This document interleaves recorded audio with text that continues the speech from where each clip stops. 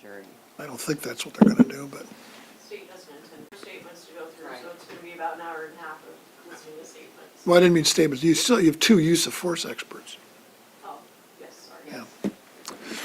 Okay, all right, so we're ready, do we have the transcripts of the other ones? I have them available to pass out. Is there anybody who has a problem with the transcripts? These were all approved last week. Okay, that's great. That's one, just want to make sure we did that before the jury got here. Oh, I would note that last week when Lieutenant Brockway was on the stand with Defendant Rankine's transcript, he noted that the speaker was misidentified as him on a couple of them, and he actually wrote in who it was. So, on the exhibit. So we'll need to, Was that on the copy that the jury's got? no, he wrote it on his own. Okay, Well, I wrote it on the court's copy, I guess. It is the copy that So- would go to the jury. Correct. well, none of them go to the jury, Oh, I'm sorry. Right, this is correct. but, so who was the speaker? I believe it was the Mike, can't recall his last name. Myers or Strong. It was Defendant Rankine's attorney.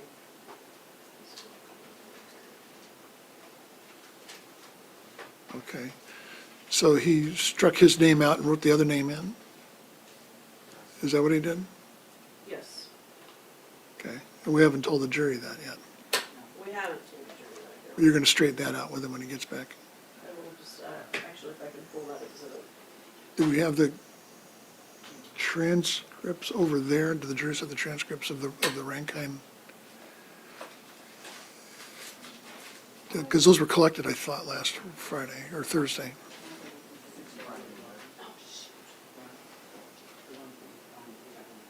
Is that it? I'm missing one because council needed one, 65A. remember? Yeah, This is Friday. but there are leftovers, they had extras, so they got picked up. It should have been picked up from, I picked them up. yeah, but they had extras that were on the bar that they left, the jurors left. That's what they said. So let me see if you can. I'm not sure if they had extras so much as some of them collected them and put some there, I think. I don't know.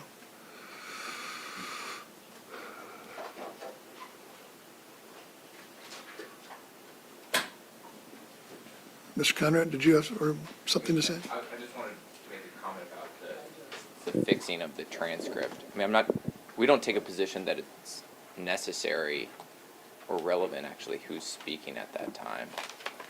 So I'm not sure we need to correct it in that regard, who the actual question's coming from or the speaker. And I'm not sure that Sergeant Brockway or Lieutenant Brockway was even that confident as to who was talking. I put in Helmke for him when it was identified as Brockway. Okay. Helmke was on page 33 on line 11, and he put in Myers on page 34. So did he make just two changes? I know he mentioned a couple others before the break, and I told defense on that, so that would be two other changes, but we didn't have those marked.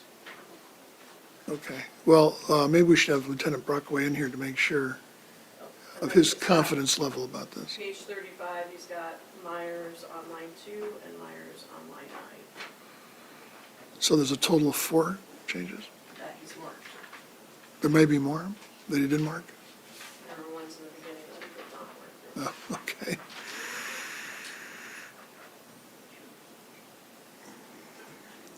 Yes, if you would, Mr. Lowe, thank you.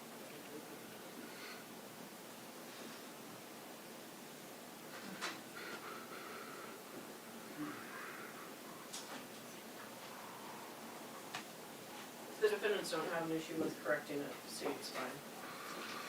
How do the defendants feel about this? Okay. I don't think we need to correct it. I think that we just move on. Yeah, I think we're fine. All right, fine with me. Okay, well then I guess we can have the jury, right? Okay, let's have the jury. Although Mr. Lou's been out there a while. I don't know if he's talking to him about the issue or not. Okay, go ahead and get the jury.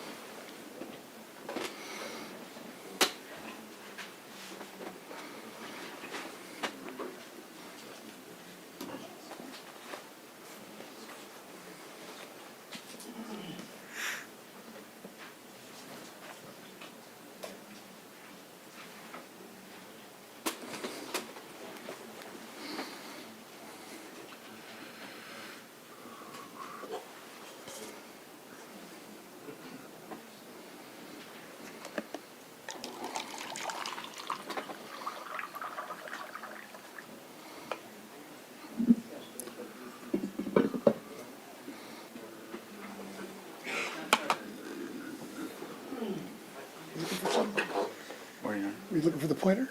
Honor. No, just, You got everything? yep, thank Okay, you. great. How are you this morning? Good, thank you. Good.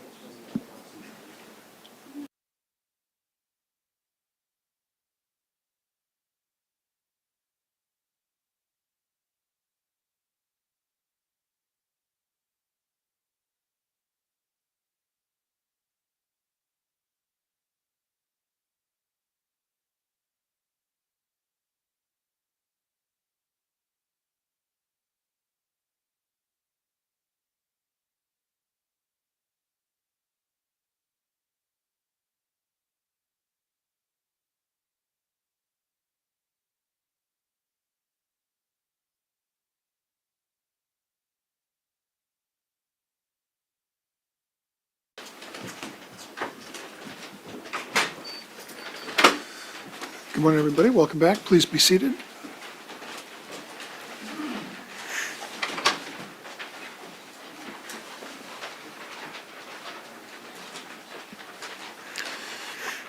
I lost my staff suddenly. Anyway, here they come. Your Honor, I forgot. Is there an issue?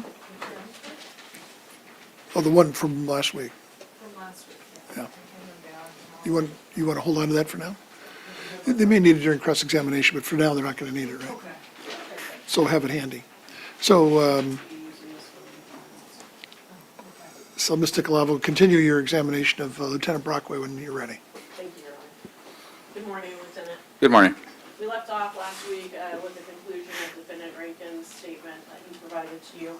Did you also have an opportunity to interview Defendant Burbank? I did. And did that also occur on March 6th, 2020? It did. Where did that interview take place? Same location, Parkland Spanaway Precinct, 140th and Pacific in Parkland. I'm going to hand you what's been marked as State's Exhibit 50A. And does that appear to be a transcript of the audio interview that was done at Defendant Burbank?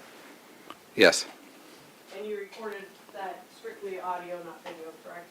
correct. And we have that as Exhibit 112, Your Honor. Okay. If we could publish at this time and hand out the transcripts, actually, I apologize, did this last week too. State offers this evidence at State's Exhibit 50A and 112. There's no objection, 58 is what's left. And there's your- 50A is the transcript, right? Correct, Your Honor. Okay. Exhibit 50A is admitted for illustrative purposes only, and 112 is admitted. Thank you. Ms. Whitney?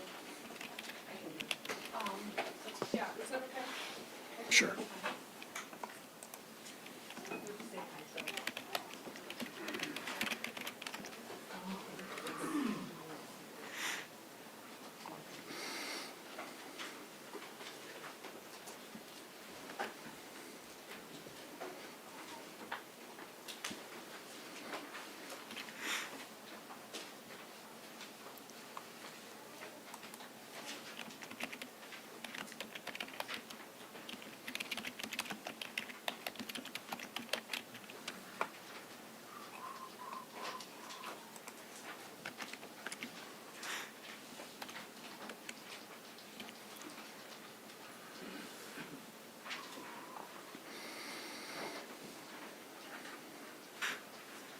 And Your Honor, we're gonna play this one all the way through without questions. Thank you. Proceed. This is Detective Sergeant Brockway with the Sheriff's Department, Pierce County. This is reference case number 20-063-02251.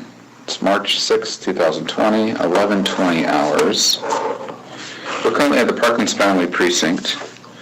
This is reference an incident that occurred on March 3rd of 2020 in the area of 96 and Ainsworth Avenue South. This interview of Tacoma Police Officer Chris Burbank, also goes by Shane.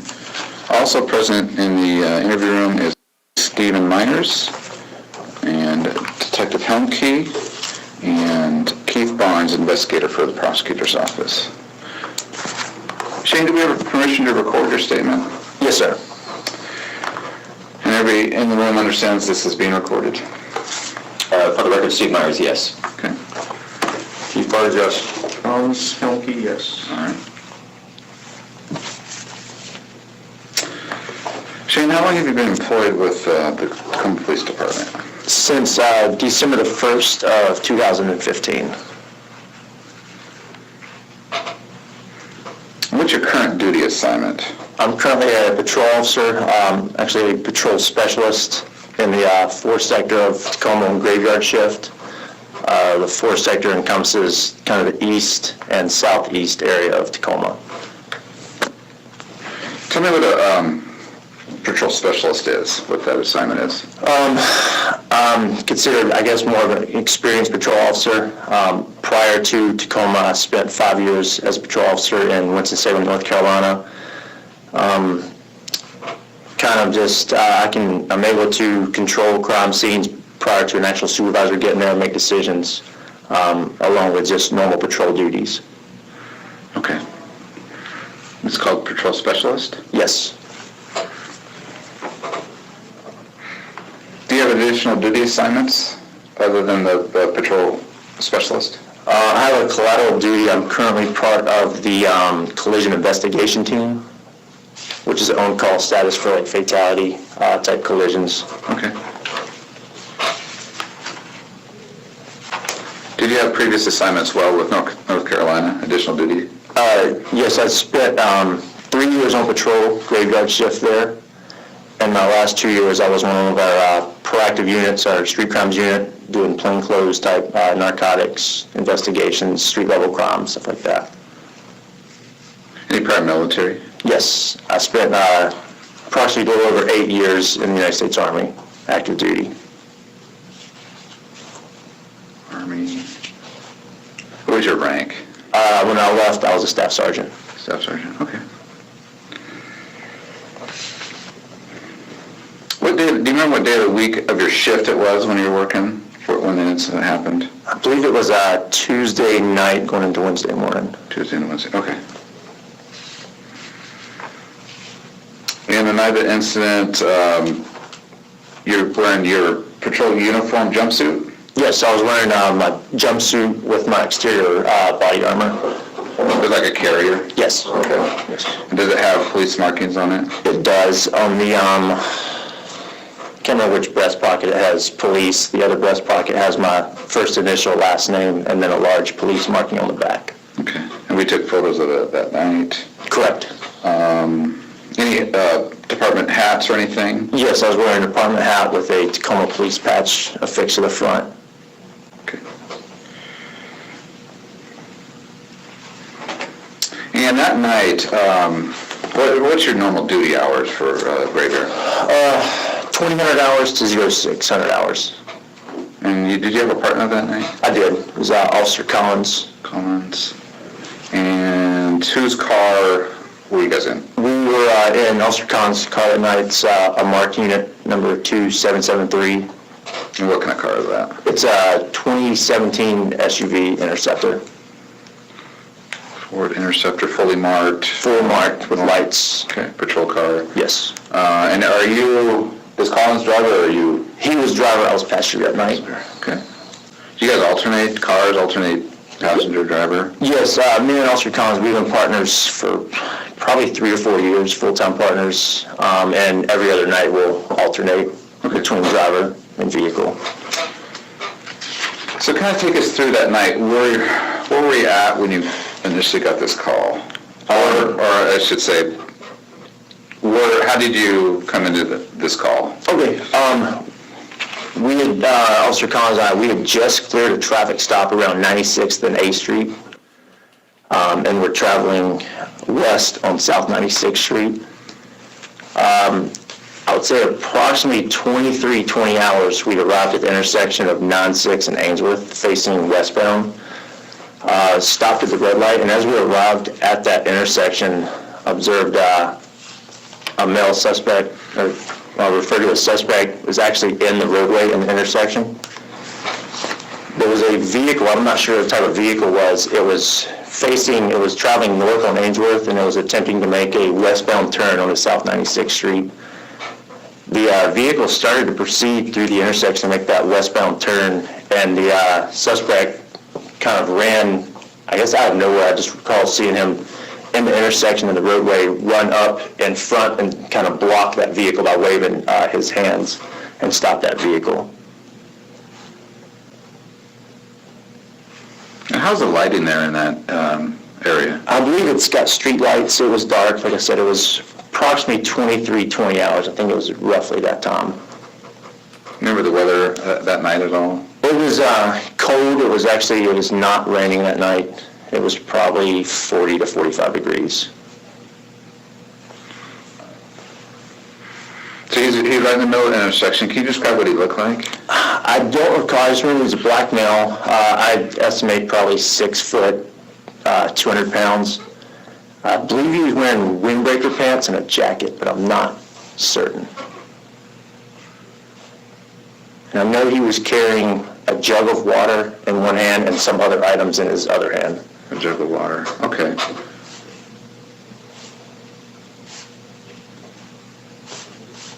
During the course of the night, during the incident, did you recognize him for any previous contacts or anything? No, not at all. Go ahead with, so he's in the middle of the intersection, there's a car trying to make a left turn west, and what would you observe? As soon as the vehicle stopped, the suspect, he immediately ran directly to the front passenger door of the vehicle and started trying to kind of pull it open, like he was trying to enter the vehicle. Of this lady's car? Yes, I'm not sure what vehicle it was or who was the operator of it. Okay, of the car, all right. Okay, and then go ahead from there. Initially, I thought either he was trying to enter the vehicle, like a carjacking, or maybe this was some type of disturbance where he'd been put out of the car and was trying to re-enter, but I wasn't sure what was going on at that point. As soon as that happened, he tried the vehicle door several times. The vehicle just ended up speeding off and leaving him there and just continued westbound on 96 without stopping. And we're not sure of any description of the car that you remember? I don't remember at all. I just remember he went directly to the front passenger door and started pulling at the door handle. Okay. Go ahead. As soon as the vehicle drove off, the suspect turned and kind of fixated on our patrol vehicle. We're still stopped there at the red light. He ran directly towards our vehicle and to where Officer Collins was at on the driver's side. I remember Officer Collins putting down his driver's window and saying something, asking what he was doing in the road, why he was in the road, and what he was doing. I noticed that the suspect, he was extremely sweaty. He seemed to be very kind of hyper-vigilant. He's talking quick, and he was just kind of, and he stated something to the effect of, I'm having a bad day, I need some help, and I have warrants. And it was very quick, he said that. And when he approaches the car, what's his motion? He's like running directly at at our patrol vehicle. Does he continue to hold, do you remember if he is still holding those items? Yes, at that time he was still holding those items. I remember Officer Collins actually said, well, we'll help you out. He told him to walk over to the sidewalk, kind of motion towards the north sidewalk, which would be on the north side of 96th, so we could pull over and talk to him, see if we could help him out, see what the deal was. Okay. I remember the suspect, he started to walk around the front of our vehicle, which was still facing westbound at the stoplight intersection. And instead of going to the sidewalk, he started to come directly to the passenger door where I was sitting. I started to put the window down, and I tell the suspect, hey, can you just go over to the sidewalk, we'll pull over, get out of traffic, and talk to you. At that point, he kind of seemed agitated. The window was probably about halfway down, and he just, still speaking very quickly, he said something to the effect that, I'm really hot, I just need some help, and I just got to sit down for a couple days. I need to cool down. And the window was being halfway down, and about that time, I don't know exactly why, he just looked at me from I was still seated in the passenger seat. He said something to the effect that, instead I might just punch you in the fucking face. And that's when I believe that's when he dropped whatever was in his hands. As soon as he said that, I immediately started trying to roll the window up because I thought he was actually going to punch me through the window. I rolled the window up. As soon as the window was up, the suspect just reared back and he struck the window with a closed fist, probably 2, maybe 3 times as hard. It seemed like as hard as he could, like he was trying to break the window. Once he did that, I noticed he was about to try to reach for the door handle, and he actually started to reach for the door handle, and I reached as fast as I could and locked the door. Because if he would have I assumed he was trying to assault me at that point, and I knew that I could not defend myself from a seated position in the passenger seat. Okay. Go ahead. As soon as that happened, I recall Officer Collins getting out of the vehicle and going around the front of the vehicle and approaching the suspect. As he approached the suspect, I don't know exactly, I heard him say something to him. I'm not sure what he had actually said to him. And the suspect kind of left, I guess, focused attention on me, and he turned towards Officer Collins kind of in a fighting stance with clenched fist and kind of squared up to him like he was about to fight him. As soon as I realized that he had focused on Officer Collins and was probably about to attack him or start fighting him, I used my door to actually door check him and hit him with the door to draw his attention away from Officer Collins and kind of divert him away from that. Do you know how far away he is from Collins? I'm not sure. My attention is completely focused out the window on the suspect at that time, and he's probably maybe a foot or 2 from the vehicle. I'm not sure, but I know when I opened the door to divert his attention with it, that I did hit him with the door. Okay.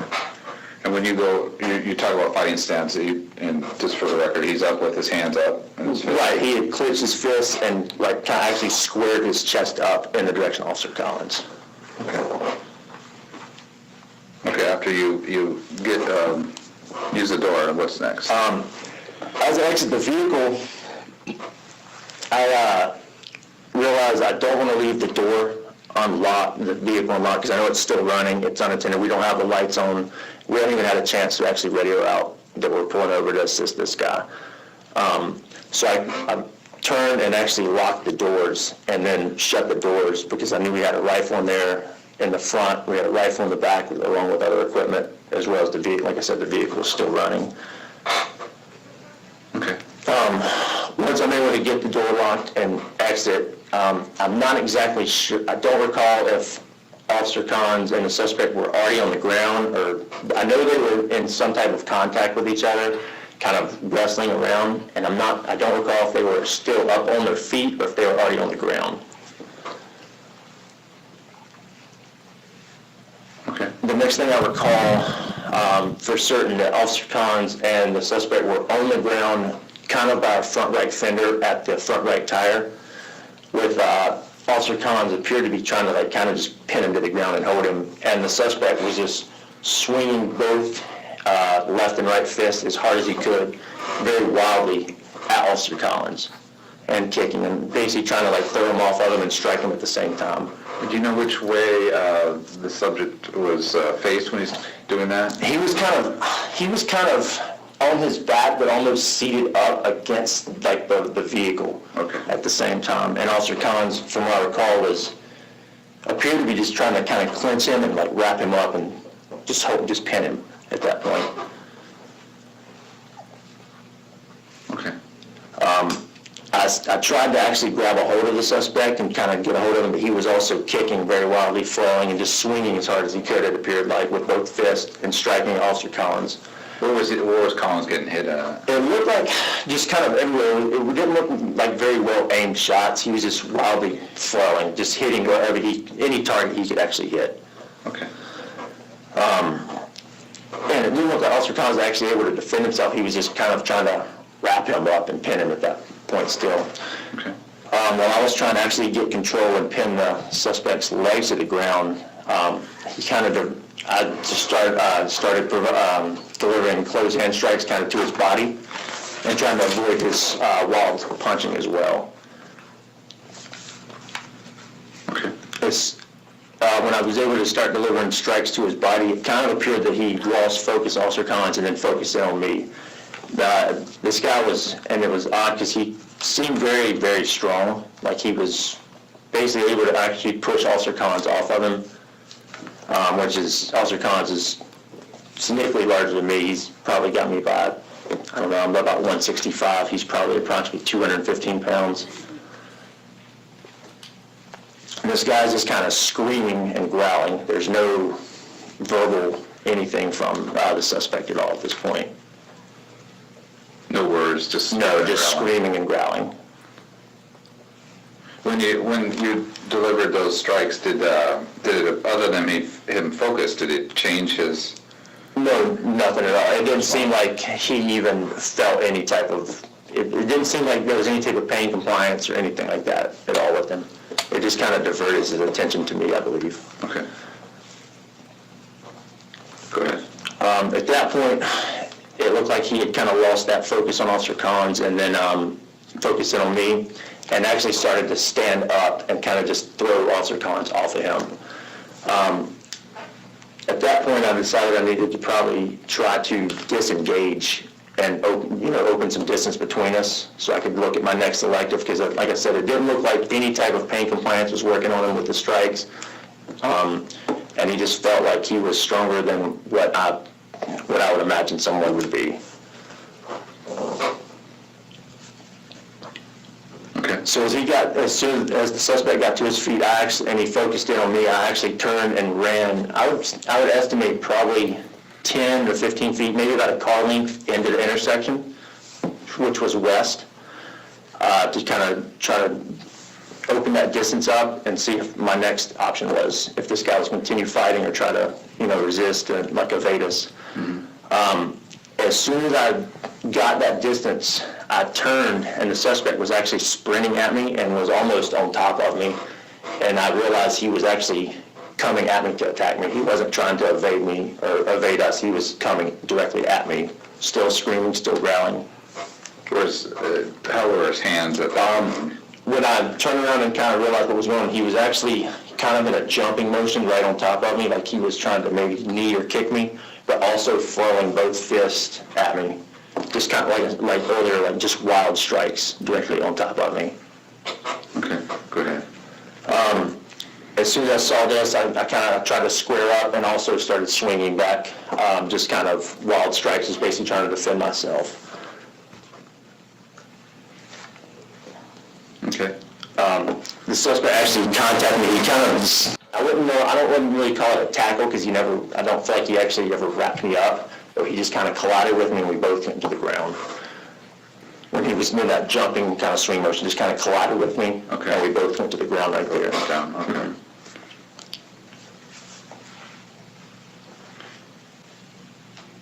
When he was swinging, were they connecting at all? Do you remember? Yeah, I was getting struck. I remember distinctly getting hit one time in the mouth. I just remember getting hit in the mouth, but I don't really remember it affecting me that much. And then just kind of strikes all about. They were, like I said, they were just really wild and unaimed strikes. It was just complete flailing with his fist. Okay. And then you both go to the ground, and then what's... Correct. After I went to the ground, I'm not certain if the suspect was able to actually get back up or he was still on the ground because it obviously had knocked me to the ground. And once I kind of regathered myself and picked myself up and realized what was going on, the suspect was on the ground on his back with Officer Collins pinning his upper body down and was delivering strikes with what looked like his closed right fist or a right elbow to the suspect's face. Okay. He delivered several strikes that didn't look like they were affecting him at all. You gotta say who. Officer Collins delivering several strikes to the suspect's face that didn't look like the suspect was being affected at all. He was still on his back and just throwing and striking at Officer Collins with both fists wildly. Okay. At that point, I tried to assist by pinning him down and grab at his legs and just kind of hold him in place. But he was, the suspect was also at the time also kicking at me and trying to kick me off of him. Okay. So I recall during this time that we're on the ground, I consider this the second time we're on the ground with the suspect. I remember to the west of us, I could just hear someone, I'm not even sure who it was, I'm not sure if it was a male or female, just like screaming somewhere from behind our vehicle. I don't know what that was about. I just recall that someone was just screaming behind the vehicle. I have no clue what it was or who it was. Okay. And then after these strikes, Officer Collins was delivering to the suspect who appeared ineffective, and I had actually been kind of bucked and thrown off of the suspect by trying to control his legs. He started to regain his footing, at which time Officer Collins looked like he was kind of got his back and was trying to put a lateral vestment and neck restraint on the suspect. Okay. Officer Collins at that time was actually on his back with, on whose back? Was on his own back. Officer Collins was laying on his back in the street behind the suspect, and the suspect was on his own back, like on top of Officer Collins, with Officer Collins trying to, I guess, effectively use this lateral vestment and neck restraint. Could you tell if he was able to do it? I couldn't tell if he was able to actually successfully do it, but it didn't appear like it was effective at all. The suspect was still striking with both hands kind of back at Officer Collins, and also the suspect was using like his body to kind of roll and kind of buck his like his abdomen up. And Collins is on his back on the street, and then the subject, he's trying to hang on to Correct. At that point, I felt like nothing had been effective at this point. Strikes didn't appear effective. It didn't appear like this lateral vestment and neck restraint was going to be effective. And the entire contact we've had with the suspect from outside the vehicle was immediately assaultive. And it appeared like it was continue to be assaultive. So I felt like my next option was probably going to be my X26 taser that I had issued. And at this point, are you guys still alone? Yes. As far as I know, we had not even got on the radio. I remember Officer Collins, I believe, that first confrontation just outside the right quarter panel of our vehicle, where we were initially on the ground with him. He had tried to get on the radio and say fighting. I recall him saying that, but I'm not certain if it got out. I'm not sure if he was able to transmit. Correct. Okay, so you talked about your taser. Correct. So I initially moved in to try to take like a contact shot on the suspect with my taser, but decided against it because I didn't believe that it would be effective due to probably just being more of a pain compliance with that close shot. And I was hoping for actual neuromuscular incapacitation by getting that probe spread and hoping that'd be effective in stopping the assault. Okay. So, and at the time, I was also kind of concerned. I kind of backed away like a step or so and was kind of waiting on a clean shot just because Officer Collins and the suspect were still in that same position and kind of rolling back and forth and didn't want to strike Officer Collins with the guy. And how was Collins holding him, do you remember? He was still in that, trying to use that lateral vascular neck restraint, and the suspect was still just kind of rolling around left to right and kind of bucking up. Okay. Go ahead. So, it looked like the suspect had kind of arched at one point and kind of presented like an open target away from hitting Officer Collins. And so I deployed the taser, probably from about 2 to 3 feet, looking for that probe spread directly I was aimed directly, I would say, around the belly button of the suspect. Okay. As soon as I deployed the taser, it was effective in stopping that assault and that kind of like that superhuman strength he felt like he had. He continued to yell, but it appeared like it kind of gave him that incapacitation to where he locked up. Okay. I'm not certain exactly where my 2 probes had actually hit, but it appeared like it was an effective shot. During as soon as that 5-second cycle was over, it's like everything, that effectiveness completely away, and he immediately went back to that kind of like that strength, and actually started to, the suspect started to kind of stand up and actually kind of toss Officer Collins off of him, it looked like. So when you deploy the taser, he's still locked up with Collins on the ground? Correct. And it's you think a 5 second? Correct. I believe I gave it just a 5-second cycle. Okay, and then it was effective, and then it's not anymore, and then Correct. he's getting up. Right, as soon as that 5-second cycle had ended, it looked like he had regained that, the suspect had regained that strength and was starting to stand up. And actually, Officer Collins kind of losing that grip. I'm not sure if he had intentionally gave up because of the taser cycle or what, but it looked like he was losing that grip. Okay. As the suspect's starting to stand up, I delivered a second taser, 5-second cycle of the taser, the same cartridge, which again was effective at stopping him and locking him up. And Officer Collins kind of was able to put him back on the ground for a third time onto the suspect's stomach. And I would say that Officer Collins and the suspect, they probably fell maybe anywhere between 2 to 5 feet, a little bit further southwest from where that second confrontation was on the ground where he started to stand up. Okay. So at that point, the suspect is on the ground, on his stomach, facing, his head is pretty much due south down Ainsworth. We're somewhere not quite in the middle of the intersection, we're at the intersection at this point. I'm on the right side of the suspect trying to basically pull his arms out. The suspect's arms at this point are both kind of locked up under his body. With Officer Collins trying to control and take control of his left arm, and I'm trying to take control of the right arm. And I'm trying to also, at the same time, trap the suspect's legs with my legs, because he's still trying to stand up and kick and throw his legs. Okay. Go ahead. The suspect, again, the strength that I earlier mentioned, seemed like it was still there. Every time Officer Collins was trying to pull his left arm out, I have only my left arm to use at this point because I've still got my taser in my right hand. Mm-hmm. And the suspect almost feels like he's almost doing push-ups with us on his back. And he's still, at this point, still growling, still yelling. There's been no change in that at all.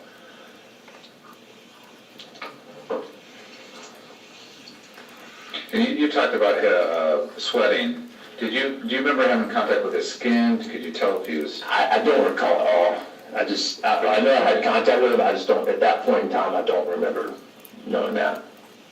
But the initial contact was sweating. Yeah, he was definitely sweating. And what was the weather like again for temperature-wise? Do you I remember? believe it was between 40 and 45 degrees that night. It was a cool night. I know I was wearing my long sleeve jumpsuit with a long sleeve shirt underneath. Okay.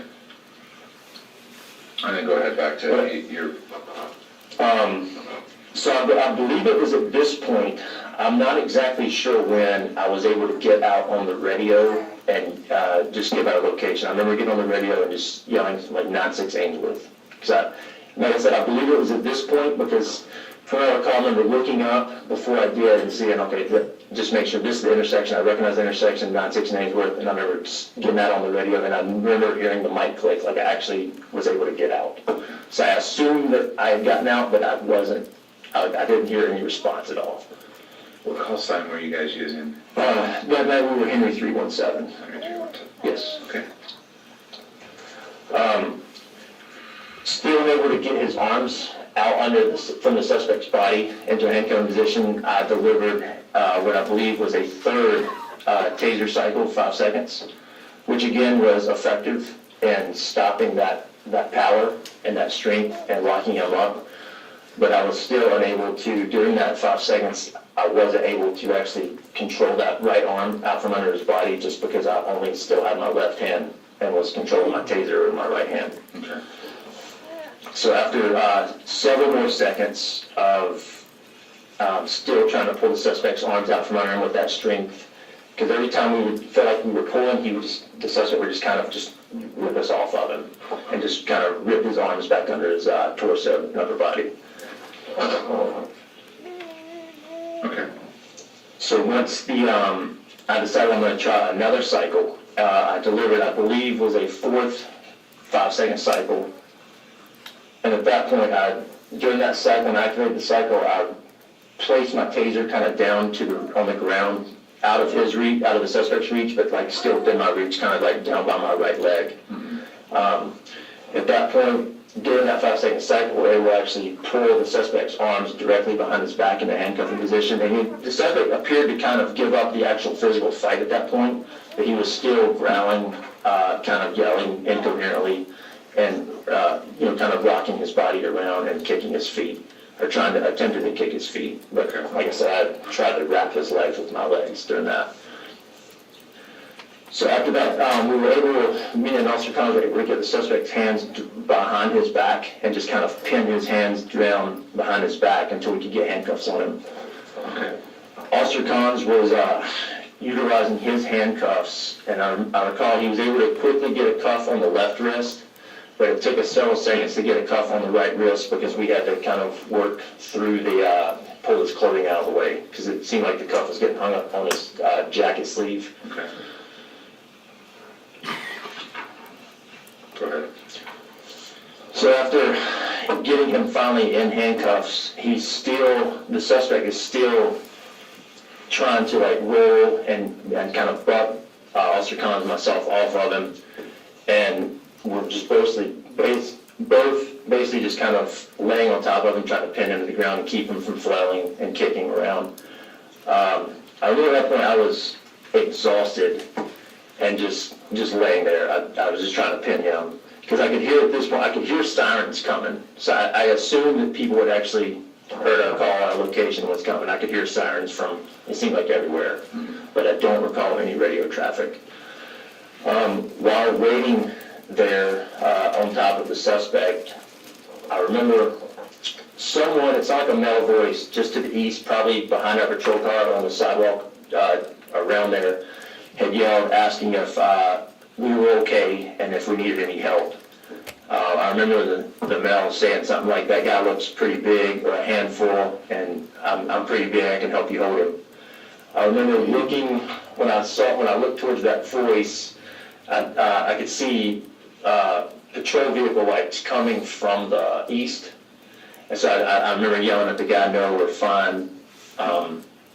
We got people coming." And Officer Collins and myself, we just laid there and just tried to control him from moving any further. Okay. Good. But I don't recall who arrived first, but the first person I do remember seeing and acknowledging as arriving was my supervisor, Sergeant Mike Lim. He came from the west to east and stopped his patrol vehicle right in the intersection and ran over to us and actually grabbed the suspect's right arm. I believe he thought that we were still struggling to get him in handcuffs, but I remember telling Sergeant Lim, "He's in custody, we got him in cuffs." And at that point, he had, kind of grabbed a hold of him. And several other people I noticed, it seemed like several officers had started to arrive around the same time, and I just kind of rolled off the suspect to kind of catch my breath. Okay. Go ahead. I remember shortly after other people got there and was still trying to restrain the suspect on the ground, he was still growling, still screaming, still attempting to kick people. Somebody had asked about hobbles to restrain his feet. I knew that we were the closest vehicle right there, stopped at the stop bar, so I went to our vehicle and got, we have hobbles in our glove box of our patrol vehicle, and I retrieved the hobbles from our vehicle and came back to help restrain the suspect's feet with him. And describe what a hobble is. Hobble, it's just basically a nylon strap. I'm gonna guess maybe 18 inches in length, I'm not certain, with a metal clip that you basically make a loop and you can lock down, and at the end of the nylon strap is kind of like a small D-ring so you can secure it to another fixed object. Okay. I'm not sure who I was assisting, but I do recall that Sergeant Lim was helping control the suspect's feet from kicking while I actually wrapped his ankles with the hobble, secured it, and then I secured it to the handcuffs that was behind his back to keep him from kicking.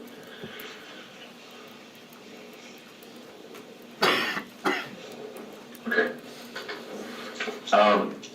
At that point, I kind of backed away and just to catch my breath. Like I said, I was completely, I guess, exhausted at that point from that fight. I would estimate it probably had lasted anywhere from 2 to 3 minutes from the initial confrontation till actually getting him under control and in handcuffs. The way you described it, it sounded like there was 2 to 3 minutes, but no break. There was no, this is a constant. Correct. That's correct. That's correct. Okay. Go ahead. I'm trying to recall, I remember resting for, I don't know how long, I went back to our patrol vehicle and just kind of sat for a second to catch my breath. I do recall, after the suspect was hobbled, he started to turn his head and try to spit at officers, and then someone had asked about a spit sock or a spit mask. I went to our vehicle and actually tried to locate one in our vehicle, but couldn't locate one. And someone else, I'm not certain who, someone else in another vehicle had and actually placed on the suspect, but I'm not sure who that was or actually at what point that was. Okay. And now, is that a department issued kind of spit sock that people carry in It is, it's just like a nylon mask to keep you from spitting or biting that's placed over the head. Looks like a loose fitting nylon kind of mask. Okay. Have you used it before? I have. Okay. And then, so, okay, go ahead. Somebody places the spit mask on. Correct. At some point, I walked back, there's still several officers kind of restraining the suspect. And I remember, I'm not sure which officer, but somebody said, whose handgun magazines are these? And I looked down and both of my pistol magazines had actually came out of my vest at some point and were just in the street. Somebody had located them in the street, I'm not sure exactly where. And how are they secured on your vest? So on my vest, they're just in 2 open in magazine pouches right here around the left side of my stomach. Do they have some retention on them? There is some retention. There's actually elastic bands that you tighten up to have retention. And it takes some type of force to actually pull them out. They just don't easily fall out. Okay. I could hold my vest upside down and they wouldn't fall out. Okay. Go ahead. So I retrieved my handgun magazines, replaced them back in my vest. And I'm not sure, then I recall that the suspect was no longer growling or fighting, he was just kind of laying there. It seemed like he had maybe calmed down. And I remember, I'm not sure what officers it was, I remember telling them to go ahead and roll him on, since he was no longer fighting, to roll him onto his side, so he was no longer laying on his, like in a prone position. The officers actually rolled him to his right side, but they maintained, I'm not sure who it was again, they rolled him to his right side where the suspect was facing back to the east on his right side. And I noticed a hat was directly under his body, and then I realized I was actually missing my hat. And it was my hat that was under his body, so I retrieved that hat. Okay.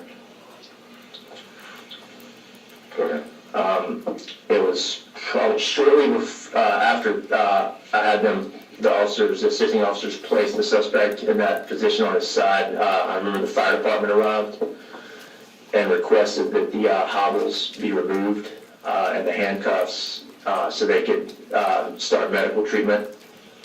And I assisted by removing those hobbles and placing them back in our vehicle.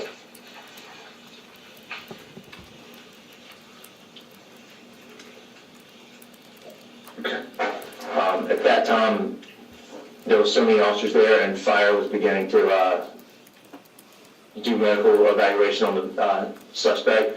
I went to our vehicle and just sat in our vehicle. I stayed in our vehicle the rest of the time, I believe.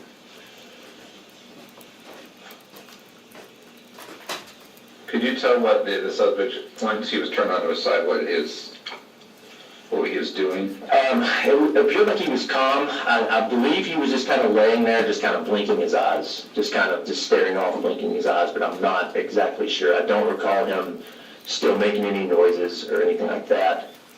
I was just trying to get him into a position that he wasn't still on his stomach. I know this may be hard, but just to estimate how long, do you know how long he had, so how long he was hobbled on the stomach for? I have no idea. I can't even estimate. Okay. So you go back to your car, you're there, go ahead from there. While sitting in the vehicle, as I noticed, it looks like officers and along with Tacoma Fire are starting to perform CPR on the suspect.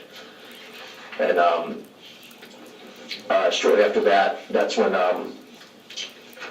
Sergeant Lim came and said that we're going to be brought to the substation here for Pierce County for the further investigation of. And do you put the hobble back in the car? I did. I believe I re-secured it back in our glove box when I went back to the vehicle and sat. Okay. And what was your mode of transportation back to the Parkland precinct? I was driven to the Parkland precinct by officers Armando Farias and Andy Giardino and their patrol SUV. I might have to ask you to spell the second guy's last name. I can't. Okay. I call him Andy G. Andy G, got it. Okay. Other than the initial the suspect saying some words to you, that he was having a bad day, and hot, do you remember any other words other than grunting? And I don't recall him in any other words at any point from when he had told me he was going to punch me in the face at the window. After that, all I recall was just yelling, screaming, and just kind of like a growling. I don't recall any other words being spoken. And did you, after everything settled down and we took photos that night, did you remember having any other pain or injuries anywhere? I did. That night, I recall, after I kind of actually on the scene, I recall tasting blood in my mouth, and I had Sergeant Lim actually look at my mouth to see if I was bleeding or cut or anywhere. He said he didn't see anything, but I just remember distinctly tasting the taste of blood. It again was checked later here with better lighting, still didn't find any type of injuries inside my mouth. But I did have pain to my left knee and left elbow with abrasions to my left knee from, I assume, when I went to the ground, when the suspect had jumped on top of me in the intersection. And did we get some photos of that? There was photographs taken of my left knee abrasion, Okay. but I had no other physical injuries that I was aware of. And how about the jumpsuit itself? Any, Not that I recall. Ribs or anything? No ribs or nothing like that, no. okay. Since the adrenaline wears off and everything, any more pain from that night? Yes. Next. The next morning when I woke up, my left kind of upper arm and shoulder was also sore, and then my kind of my lower right jaw was sore. Okay. Did you get treated at all? Like, No, I didn't seek any type of medical treatment, no. Okay.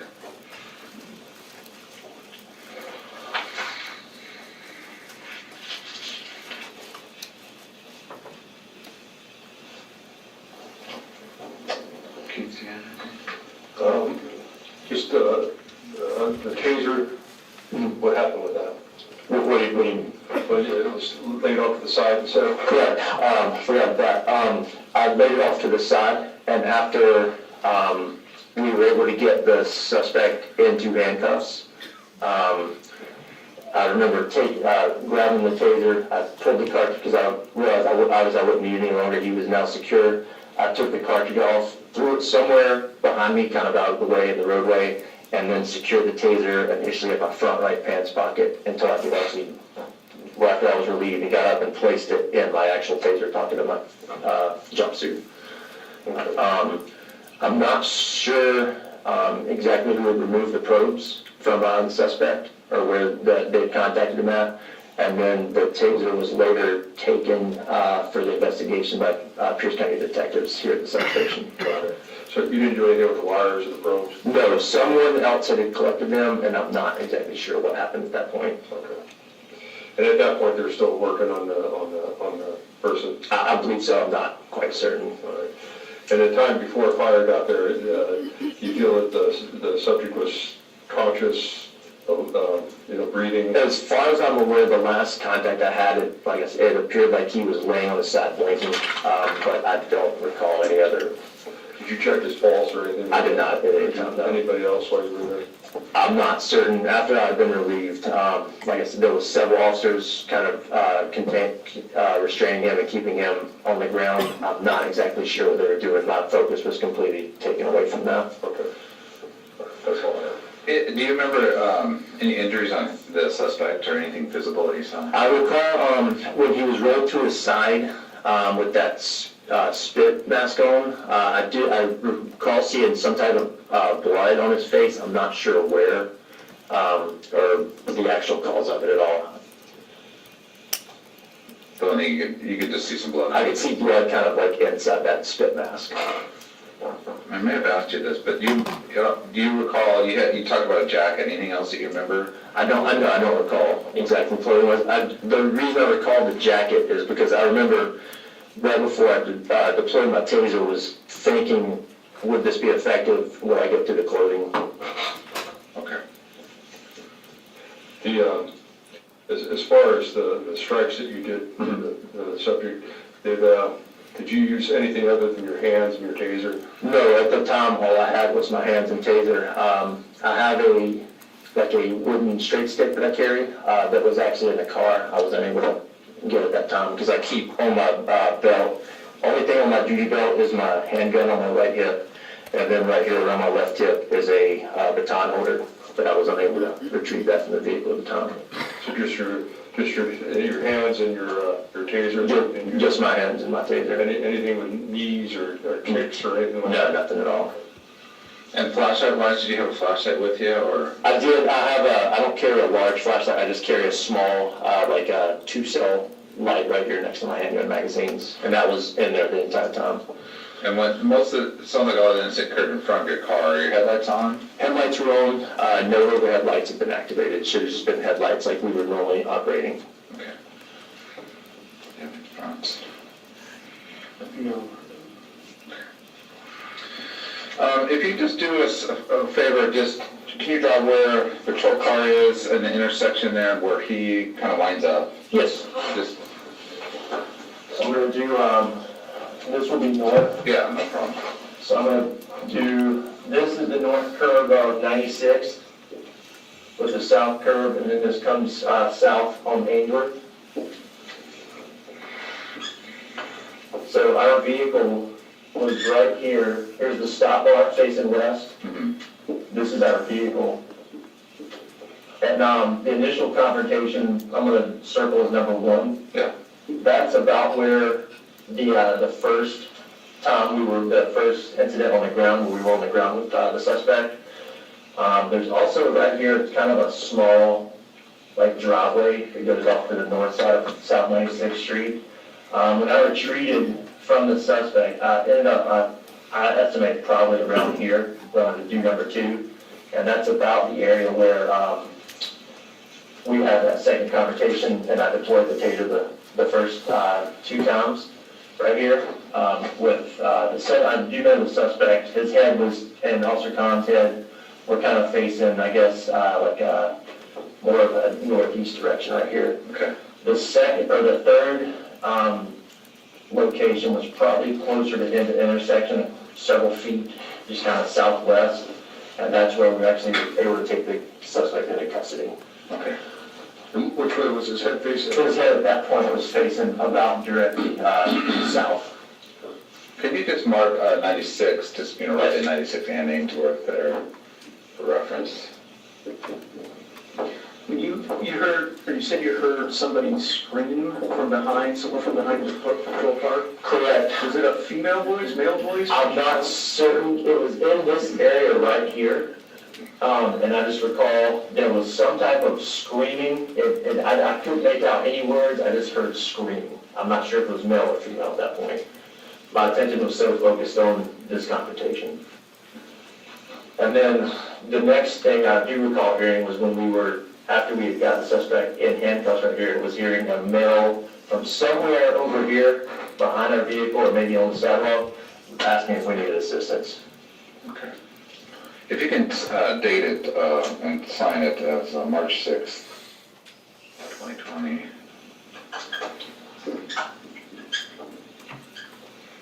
Put your initials somewhere.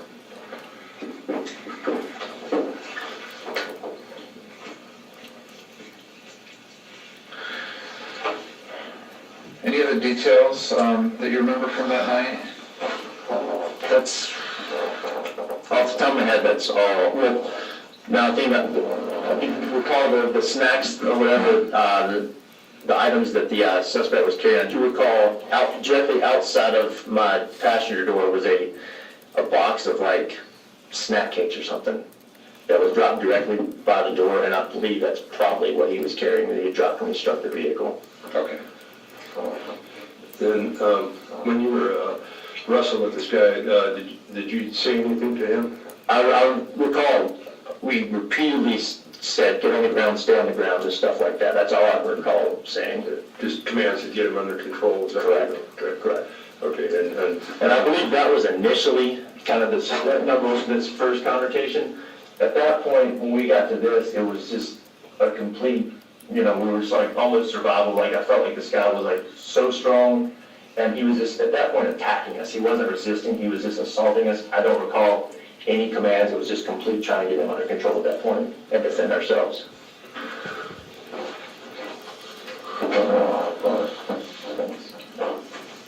I just had a couple of follow-up questions if I could. Yeah, with respect to the ongoing commands to stop, at any time did the suspect indicate either verbally or otherwise that he wanted to give up, he's prepared to give up? No, I don't recall him saying anything other than the screaming and the actual kind of growls after he had initially said he was going to punch me in the face. And aside from the extraordinary strength that the suspect had at the time you had contact, you and Officer Collins, how would you describe his pain threshold? I believe he had no pain threshold. It appeared that he wasn't affected by anything, especially with Officer Collins' strikes. I felt like that should have been effective, but he just lay there and just continued to just strike at both Officer Collins and then kick at me. I don't think he felt anything. The only thing that seemed effective was that incapacitation with the taser cycles. That 5-second cycle? Yes, that was the only thing that seemed to stop his assaultive behavior. In the first 3 times utilizing the cycles wasn't enough time to gain control of it? It was not. And does that explain why you chose the probes versus the stun? Yes. Mode is, Yeah, the stun would have been more of a pain compliance, because I realized that I need that actual probe spread to actually get that incapacitation of the muscle groups. and I assume you assessed that his pain threshold was so high that the stun may not have been effective? Correct. All right. At any time did you notice the suspect experiencing any cardiac or respiratory distress? Not that I recall, no. And he, at least in your opinion, remained conscious with eyes open during the time you had contact with him? When I saw him, the last time I recall having contact with him was his eyes appeared open. That was on his side. When taking the hobbles off, if fire was there, I'm not certain. I was so focused on taking the hobbles off his feet. I'm not certain exactly his condition at that point. That's all. Okay. Have we made any threats or promises to you to implement your statement? No, not at all. Okay, and everything today you told us was the truth? Yes, sir. Okay. So, with your permission, we'll end this statement at 12:14 hours, still March 6th of 2020. Yes, sir.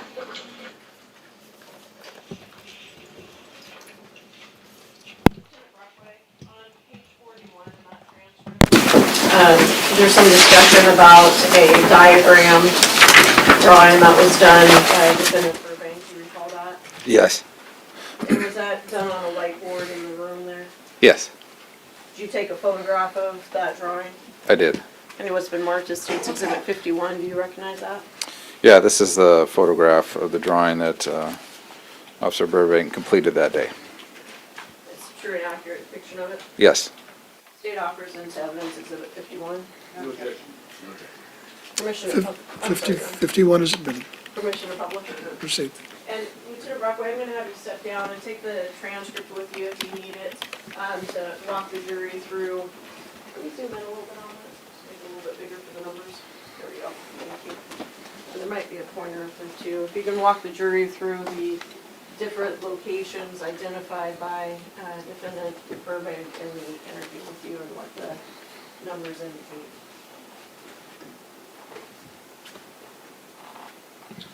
Well, this is kind of an overview. He marked the date and his initials. And this is their patrol car, parked here. And I believe, kind of in order, there are different engagements they had with Mr. Ellis. So number 1, near the patrol car, 2 near the north side of the street, and 3 near the just west of the patrol car, out towards the road more. So that first interaction is the right front of the patrol car? Yes. Okay.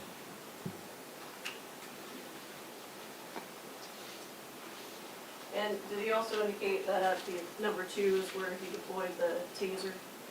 Yes.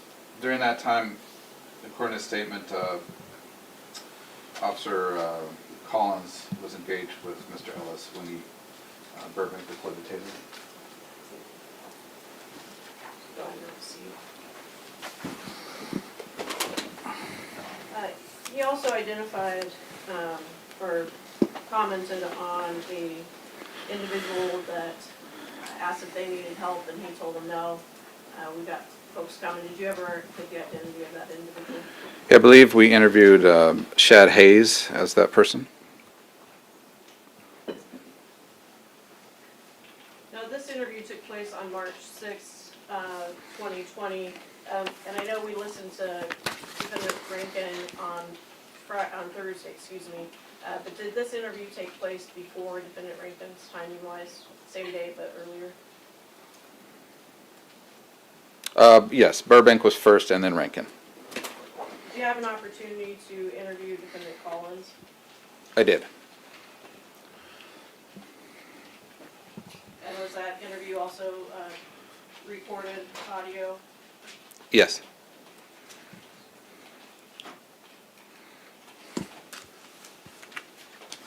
Okay, what's been marked as State's Exhibit 59A, transcript of that interview? Yes, this is the transcript of the recorded interview I did with Officer Collins on March 9th, 2020. And we have the audio of that as Exhibit 110. Your Honor, the state offers into evidence 59A for illustrative purposes and 110. No objection, Your Honor. No objection. Okay, 59A is admitted for illustrative purposes only. Exhibit 110 is submitted. And Lieutenant Brockway, before we start that interview, you testified earlier that Detective Helmke was present with you during the interviews of Rankin and Defendant Burbank. Is there another detective present with you during the interview of Defendant Collins? Yes, Detective Hotz, H-O-T-Z.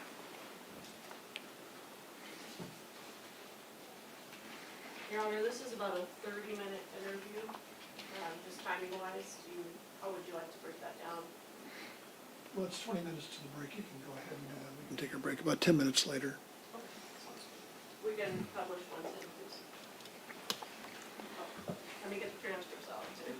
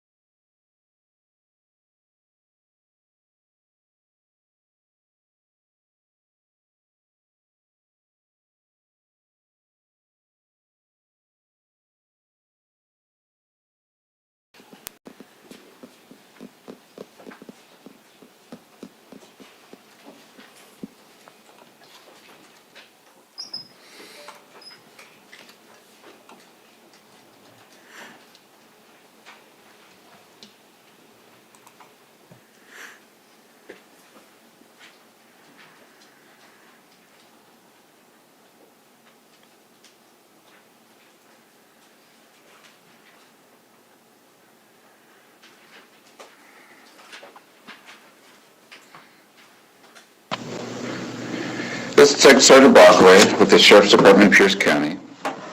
This is reference case number 20-063-02251. It is March 9th, 2020, at 9:32 hours. We're at the Parkins Spanaway Precinct. This is reference to an incident that occurred on March 3rd of 2020 in 96 in Ainsworth. It's an interview with Tacoma Police Officer Matthew Collins, Collins. But also present for the interview was Mike Starpoli and Keith Bonds, Investigator Prosecutor's Office, and Detective Holtz, the Sheriff's Department. Matthew, do you have your permission to record this interview? You do. Everybody understands the room is being recorded and we have everybody's consent? Keith? Yes, you have my consent, Keith Barnes. Mike Starpoli, yes, you do. Detective Holtz, yes. Matthew, can you take us through your current duty assignment with the City of Tacoma? So I'm currently a police patrol officer assigned to graveyard shift from 8 p.m. to 6 a.m. And how many years have you been with Tacoma? Just under 5 years. Any additional duty assignments?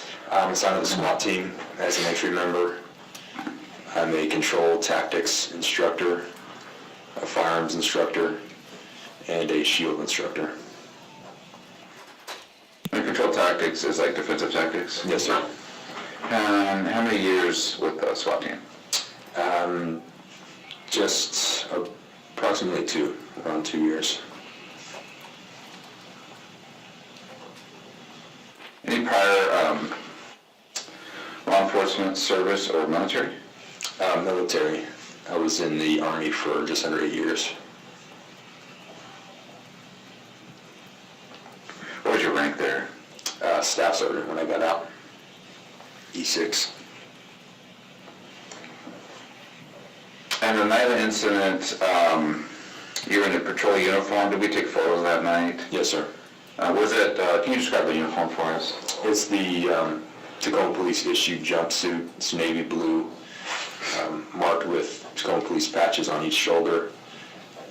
We wear external vests that have police on the front, our names, an additional Velcro badge, and police in large reflective lettering on the back. And this is like the external vest that goes over the jumpsuit? Yes, sir. Okay. Any department you should have that night? I was wearing a subdued black beanie because it was cold. And then who were you riding with that night? My partner Shane Burbank, Chris Burbank. Shane's his middle name. And are you driver or is I was driving. your driver? Whose vehicle are you guys driving that night? My vehicle. And if you could just go into what the vehicle is. It's just a newer Explorer SUV. It's got overhead bar. It's got the push bars and full markings Tacoma Police on each side on the back. You know what year it is? I believe it's a 2018 or 2019.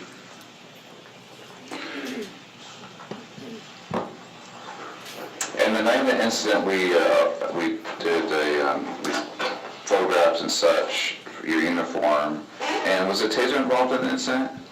It was, but not mine. Okay.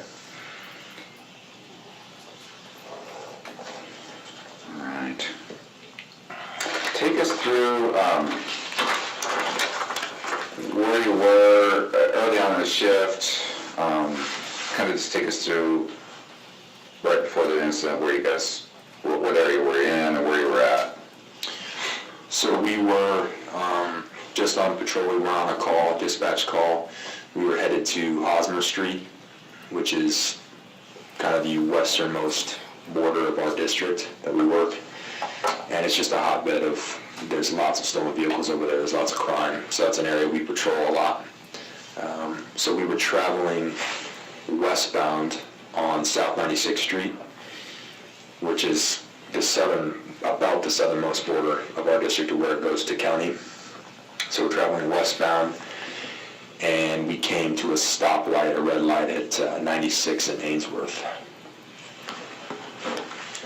So once we came to the stoplight, I was stopped. I'm facing westbound, and I looked over, and there was some sort of disturbance happening where there was a black male in the center of the intersection.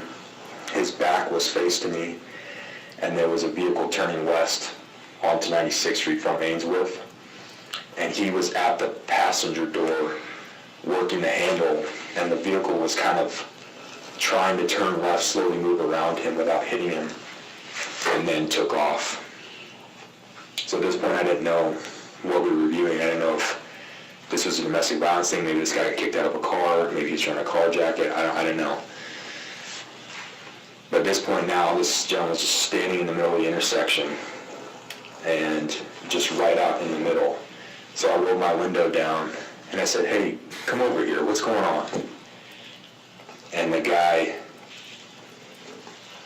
turns to me and jogs right over to me, and he comes abnormally close to the car, right up to my window, and I kind of back up. His eyes are super wide. He's just sweating all over the top of his head. And he said, "I've got warrants, we need to talk." Something to that effect. And I said, "Okay, we'll go sit on the curb, and I'll call this out, okay? I'll come talk to you." I pick up the mic, and I'm about to call out, I'm at 96 and Ainsworth at 1, and I immediately realize something's wrong. The guy is walking around the car, and he's just fixated in on my partner in the passenger seat. He's just kind of staring at him. He's really close to the car, and I'm just watching the whole time, because at this point I start to realize something's wrong here. This isn't right. And he comes right up to the window, and there's some talk between them. I don't hear everything, but I hear him say, "I'm gonna punch you in your face." And then Shane says, I call my partner Shane, that's his middle name. But he says, "Okay, well, I'm gonna roll the window up."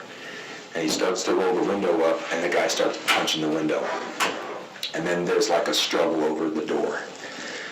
And so at that point, I drop the mic, and I immediately run around to try and get control of this guy. My intended purpose is to take him to the ground and put him in cuffs. I mean, he's out of control. He's trying to assault my partner. But he turns to me as soon as I get about to the front of the car, runs at me, he grabs me by my vest, I'm trying to grab him, and he lifts me off my feet and throws me on my back in the middle of the street. I left my feet, and it was about at this moment I knew something was up. This guy who had superhuman strength. There's only one other time in my career as a police officer that I've dealt with this. The guy happened to be on PCP, and my partner and I fought him for 6 minutes in a abandoned apartment, and it almost became a lethal situation. So it was that different kind of strength where, I mean, I'm probably 215 pounds with nothing on, and with all my gear, who knows, maybe 230, and I was literally off my feet like a child in the street. So at that point, I pop back up, and he and Shane are in a physical fight, and from this point on, it's just a melee. It's just wild. There's fists flying. I run in, and I'm a grappler by background, so I immediately grab him, and I try and take him to the ground. At some point, I end up on top of him. He's just swinging wildly at me, grabbing at me, and he's like growling and just making like kind of animal noises, not saying anything. And I'm striking him now while he's on the ground, but it's having no effect. He's on his back completely. I'm mounted around his torso, and he's lifting me up, and he kind of lunges at my face, and I'm able to move to the side, and at that point we fall. Now we're both laying on our sides. I have his back, and I'm facing now the intersection. We're both facing the same way, and I feel like I'm about to lose control of this guy again. And so I attempt to get him in LVNR. I'm behind him. I slide my hand around to where my bicep is about on the side of his face, and before I can apply an LVNR, I see Shane come back into the scene. He circles around in front of me, and his taser's out. And I hear the crack of his taser, and it has the that immediate neuromuscular incapacitation effect where the guy locks up, his whole body locks up. So at that point, I come off the LVNR, I push him down, face down, and I move to his left arm. And I tell Shane, grab his right arm, so Shane goes to the right arm. But at this point, you feel the taser, we try to cuff him under power, but you feel the taser lose that effect, and the guy comes back to, and he starts growling again, and his hands start kind of hulking away from us. So at that point, my entire body is around, I have both arms wrapped around his arm, and I'm just clenched on his arm, trying to move it to his back, and he's fighting us, and I feel Shane give him another round from the taser. So there's another cycle of the taser that happens, his body locks back up, and we start to move him, and eventually we get him into cuffs from here. Once he's cuffed, the fight's not over. He kind of comes back to, again starts growling, and now he's trying to stand up. His legs are kind of going underneath him. He's face down on the ground, handcuffed behind his back, and he starts lifting himself up. So Shane jumps on his back, and I move to his feet, and I kind of crisscross his feet, so I put one foot in the crook of his knee, and then I put the other foot down, and I'm pressing his feet down so that he can't get his knees underneath him. And at that point, I can start hearing sirens, there's other units coming, and I ask for hobbles, because we still don't have control of this guy.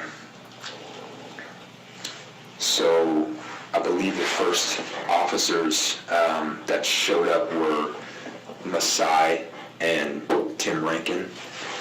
So Masai Ford and Tim Rankine. They were the first to show up. I asked for hobbles. I had to ask a couple times, and I think some were finally found. I'm not sure who brought them. But I remember someone took over for Shane on the subject's back, holding control downward. I was still on his feet because I saw Shane come in the picture with the hobbles. He looped them around the subject's feet, and then I'm not sure who connected them onto his hands. They get connected, and then shortly after that, it was like I looked up and there was tons of cops there. County was there. There was probably 10 other officers, and at this point I'm pretty smoked. I had that like lactic acid feeling in my forearms. My hands were just, they were almost frozen. They were like locked up. So I just stepped away. Shane and I both backed up, and they had control of the guy.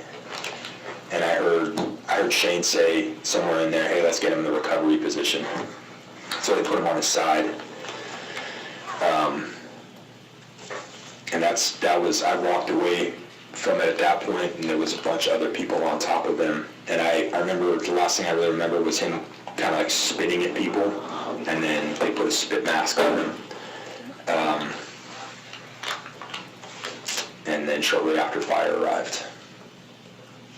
And when fire arrived, I went up to the guys to kind of give them a rundown and just said, I had time to kind of process what had just happened by then. But I said, hey, I don't know what's going on, but I think this guy might be excited delirium. Like, it was just kind of freakish strength, and he just wasn't really speaking to us. It was just out of control. And that was what I told them, and then they went up, and then shortly after, I think maybe a minute after of them over him, they started doing CPR.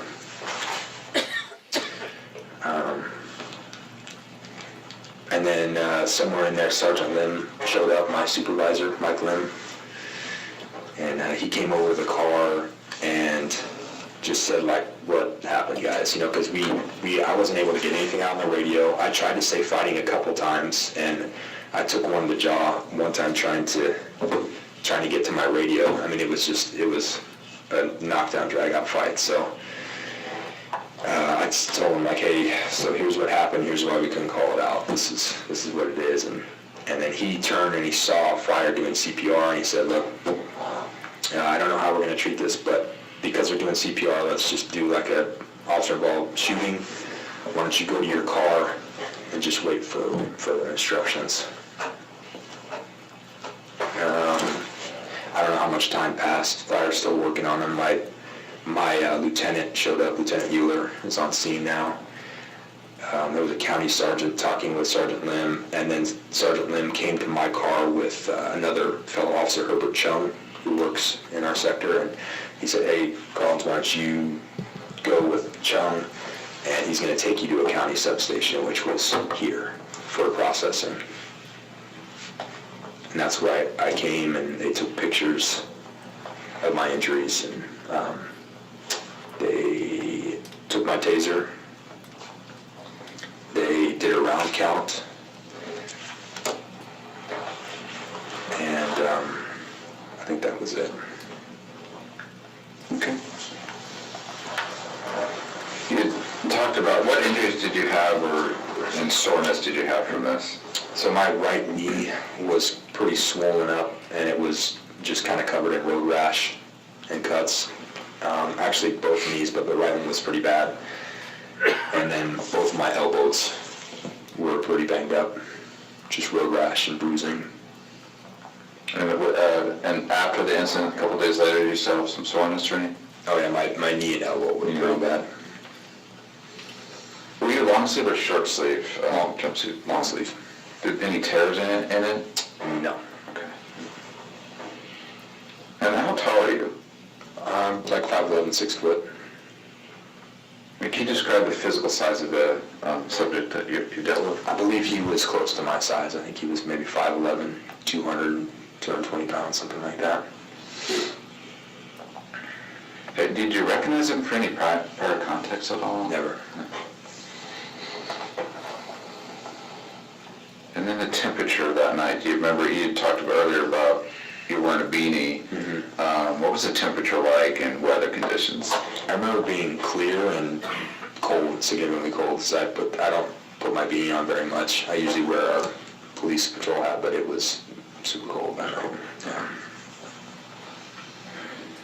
Other than what he said to Shane about, "I'm going to punch you in the face," and he had warrant, you talked about he had warrants. Do you remember any other, anything else he said? No. Okay.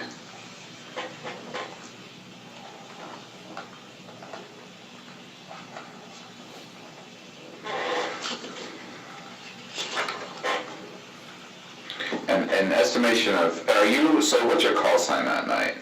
Henry 317, so Henry's a two-man car, and 317's my bug number. And you were trying to get out on portable? Yes. Do you know if they open mic your portable or any of that stuff? Any idea? I remember dispatch asking questions in the middle of the fight, but I mean, we just couldn't. Yeah.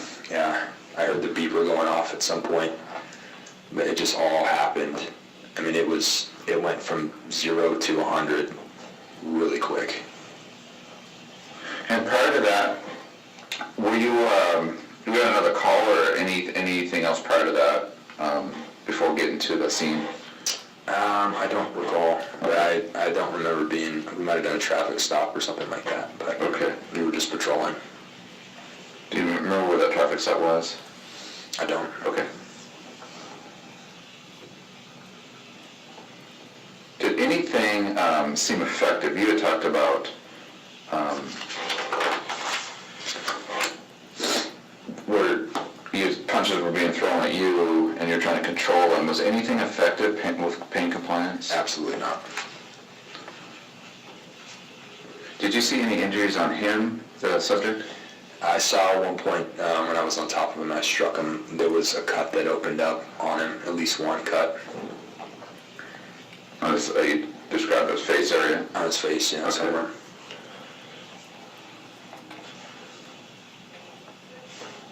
And then this is hard to estimate, but any idea of how long this contact was, this fight went on? It seemed like maybe, I don't know, 3 minutes, 4 minutes, something like that. It was, yeah. Okay. And was his actions of somebody trying to get away or attack? No, normally, almost every fight that we get in, there's a fight to not get taken into custody, and then they look for a chance to escape. but there was absolutely none of that. And when I came around the car, he was coming at Shane. He turned to me. When he tossed me like that in the middle of the intersection, he went back to Shane, and then I re-engaged him. I mean, there was like multiple times where he was just going back and forth between the two of us. I mean, he was pressing in this fight. He never tried to disengage. So he's continually engaging each one of you? Yes. And you talked briefly about him. So he grabs your vest and picks you up and onto the ground? Yeah, throws me, like released me and threw me. I was off my feet. Okay. And landed on my back. That's where I remember hitting my elbow when I went down on the ground. What area is that? Is that near your vehicle when that happens? Yeah, so we're kind of in the front of the vehicle now in the middle of the intersection. And do you remember how the lighting conditions were in that intersection? They were pretty well lit. There's good street lights there.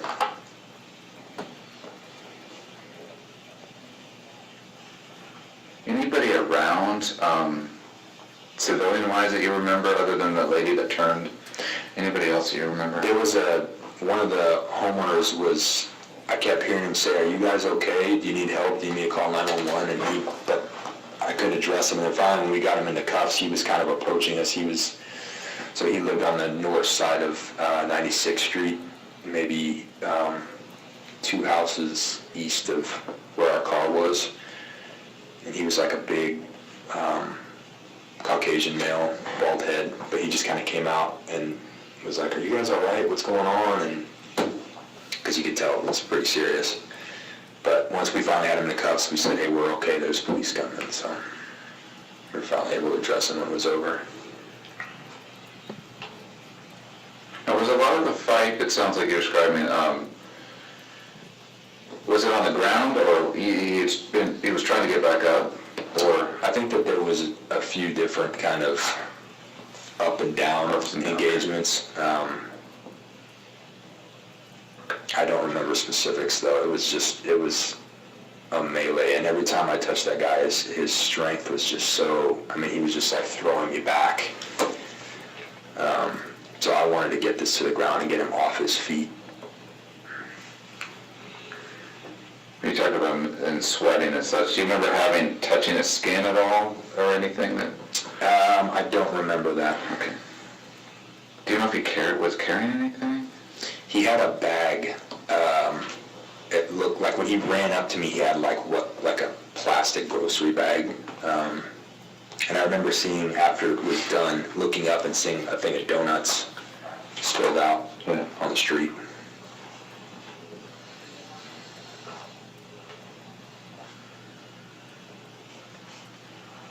I know we took your taser for review as well. But did you ever have your taser out and armed or anything? I did not. Okay.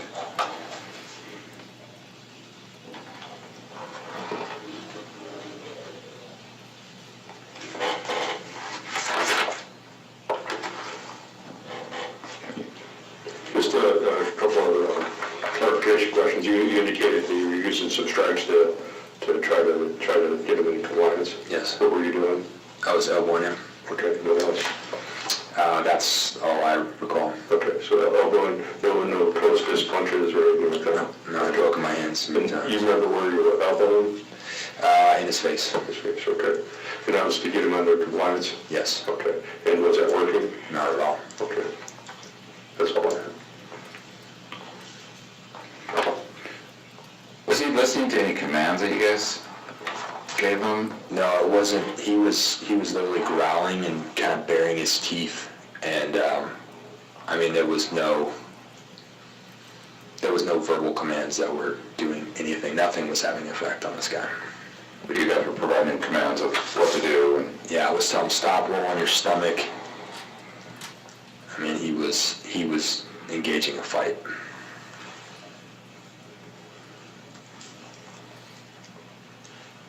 do you know what he's wearing at the time? I don't remember specifically, but I do recall that it looked like normal, clean clothing. He didn't appear to be, a lot of times when we have people in the middle of intersections doing kind of stuff like that, it tends to be transients. who maybe are under the influence or whatever it is, but he did not appear to be that way at all. But specifically, I don't remember the clothing. And the car that he had pulled on the passenger side door on, do you remember the description of the car at all? I thought it was like a silver sedan, almost like a Chrysler 300, one of those type of boxier. And could you see this, it was a female that was your driver? I do not know that. I was Okay. fixated on him. Gotcha. Well, there's somebody in the car, as far as you know? Okay. And then once he's, somebody puts hobbles on him, he's handcuffed, and he's face down, he gets a recovery position. Do you know who, there's a spit sock that's put on, any idea who handled that? I do not know. Okay. And do you know who called for fire?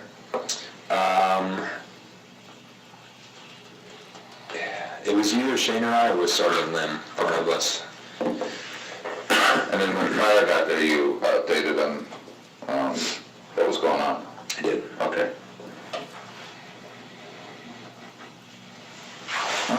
And then once, you and Shane, once the fire's been treating him, you guys are kind of out of the scene? We were. Okay.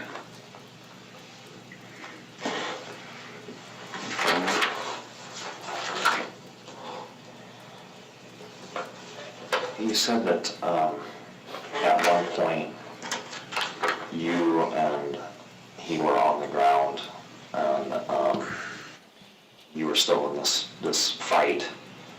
At that moment, you said that you were going to apply an LVNR. What were you thinking at that moment in your head with this incident?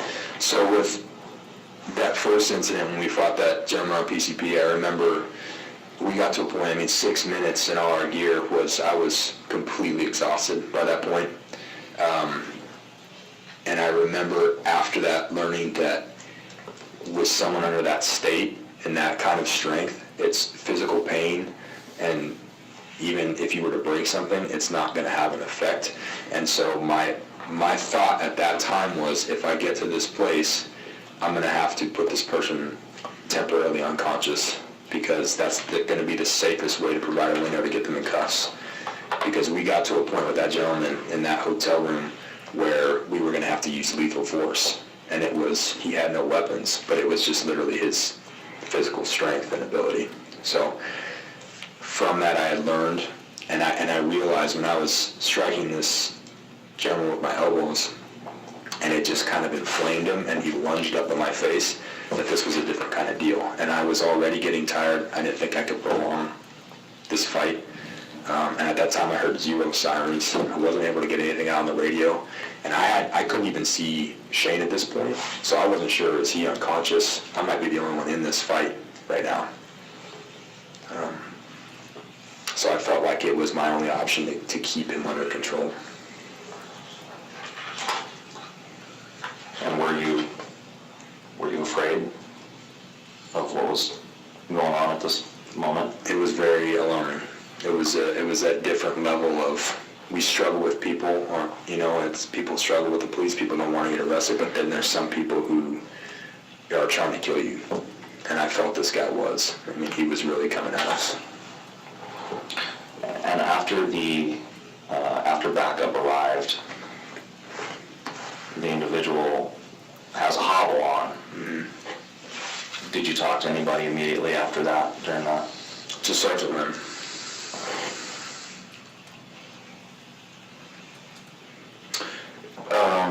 Can you just kind of draw a diagram about the north up there, if you don't mind, the intersection, where your car's parked? Let's see. And then where most of the interaction took place. So this is north.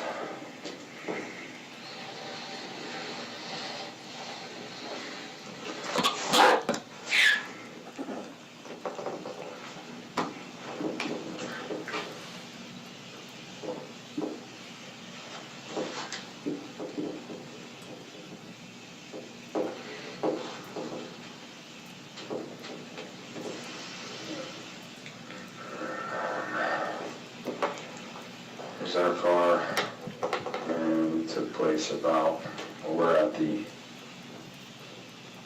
intersection here. This is about where the scene took place in front of the car. This was where I initially saw that vehicle attempting to turn left, and he was here when I initially saw him. I had a passenger door with his back to me. Okay. If you could also just date, today's the 9th, and put your initials on there.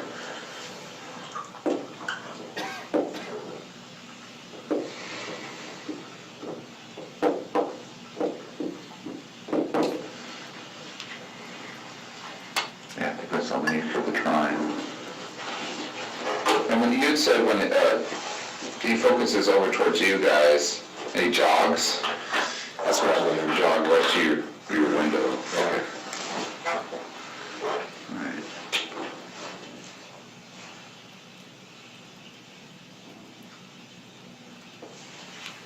Any other details you could help us out with? Do you know whose hobble was used? I do not, sir. Okay. Do you carry a hobble in your car? I do. Where was that located at? Usually in my glove box. Okay. Can you describe it to us? It's tubular nylon. I would guess maybe 3 feet of tubular nylon, and it has a buckle on one end. And you basically, it has a buckle and a clip, so you basically loop it like a girth hitch, and then that gets cinched on the feet, and then the clip goes around the cuffs and then hooks onto the tubular nylon. What type of hook? It's like a carabiner, like a small carabiner. And it's, what color is it? Mine's black. Okay. Is that something issued by the department or something? It is. They're hard to get though. I think there was one in my car when I got it, but we rarely use it, so. Okay. All right. You know if that's still there? I don't mind it. So that night I had to turn my vehicle in for repairs and stuff, so they had it at the scene, and then it immediately went into the shop after that, so I haven't been back with it. Okay. Then, one thing I forgot to ask is, how long have you done the control tactics instructing? I think approximately 3 years. And it sounds like you have some grappling background I as well. do, yes. How many years have you trained in that? For a long, let's see, maybe like 12 to 15 years. And when I was in the military, I was a coach for my unit, 2nd Ranger Battalion, for our competitive team.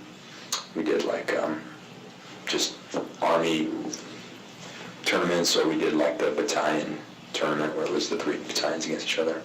It's grappling wrestling tournaments. Well, it progressed, so you start, the first round was just grappling, and then they added strikes to the body, and then the final round was a fight, a full-on fight. Okay.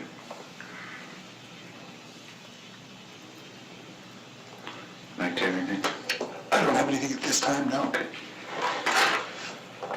Matthew, was everything today you told us the truth? It was. Any threats or promises that we made to you? No. Okay, the time is now 10:05 hours, and we'll end this statement on March 9th of 2020. Do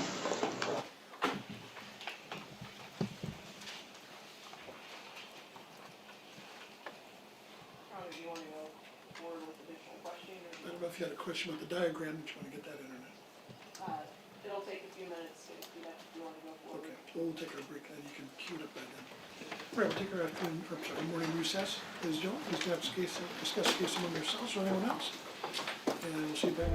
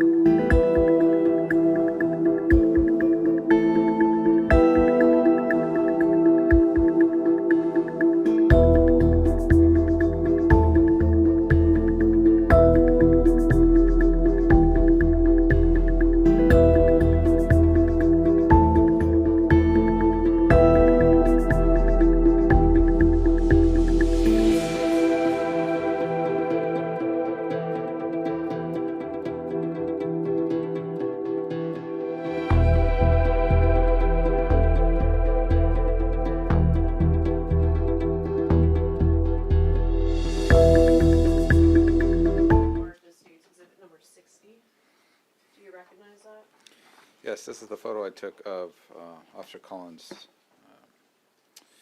diagram on March 9th of 2020. State offers and evidence, exhibit number 61. No objection. Proceed. And Lieutenant, you can come down again and take the jury through the diagram that Lieutenant Collins provided you that night.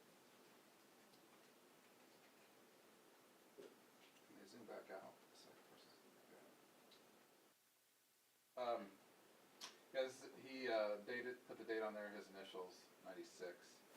This is their patrol vehicle. And then we could circle where Mr. Ellis was during the incident. And this is a photo, or not photo, a diagram of the vehicle they described turning from north to west. And I think you put like a dot maybe where Mr. Ellis had approached that vehicle during the initial encounter. Okay, you said they described, who's they described? Officer Collins and Officer Burbank. Go ahead and have a seat.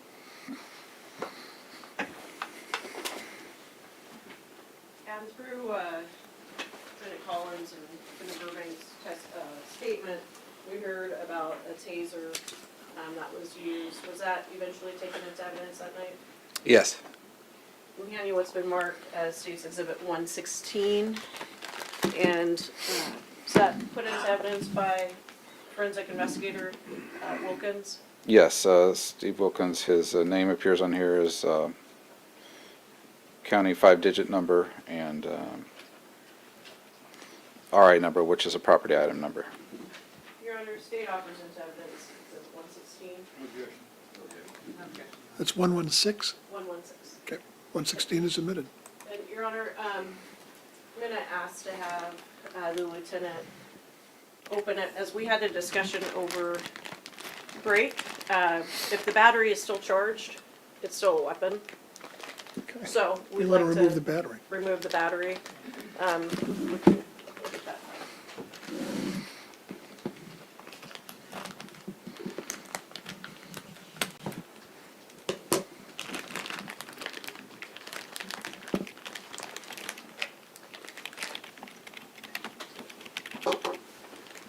If we could store those separately, this way. That's the best way to- The jurors can't have one for the same day. Code 116A, Susan. Any permission to publish, Your Honor? Proceed.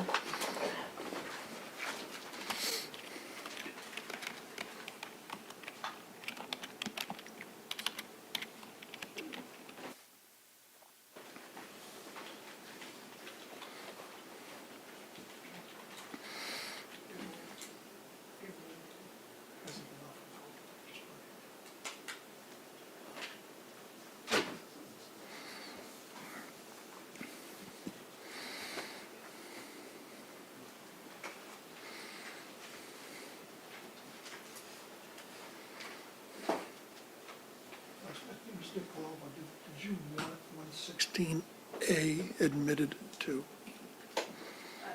Sure, Your Honor. Any objection? No objection. 116A is also admitted. Lieutenant, during your investigation, did you have the opportunity to interview Cedric Armstrong and Kimberly Mays? I did. And who are they in relation to this case? They manage a house in Parkland where Mr. Ellis was staying. Did that interview take place on March 12th of 2020? Yes. Is that also audio recorded? Yes. And when you went to the residence, did you have an opportunity to view Mr. Ellis's bedroom? Yes. Did you also take photographs of that bedroom Yes. and a drawing or document that was on his bed? Yes. I'm handing you what's been marked as State's Exhibit 10 and 10A. Can you identify that, please? Exhibit 10 is a photo of a to-do list that was on Mr. Ellis's bed that I took a photo of. is 10A, the back of that paper. Yes. And hand you what's been marked as States Exhibit 230 and 231. You tell the jurors what that is. These are two separate photos I took with my department phone of Mr. Ellis's living area, bed included, and property.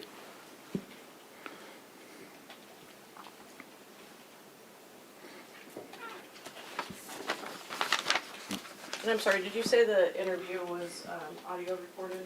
Yes. Did you also follow up on, with Defendant Collins for the hobble that was used in this case?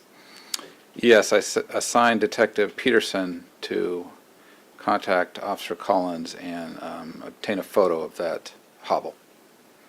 You asked it all to have taken as evidence? I did not. And as lead detective sergeant in this case, would that be your call on whether or not to take it as evidence? Yes.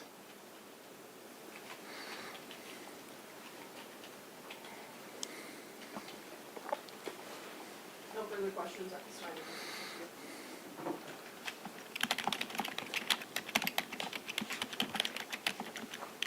Mr. Purchase, cross-examination. Lieutenant, good morning. Good morning. If we could start with the exhibits, 898, publish that again, please.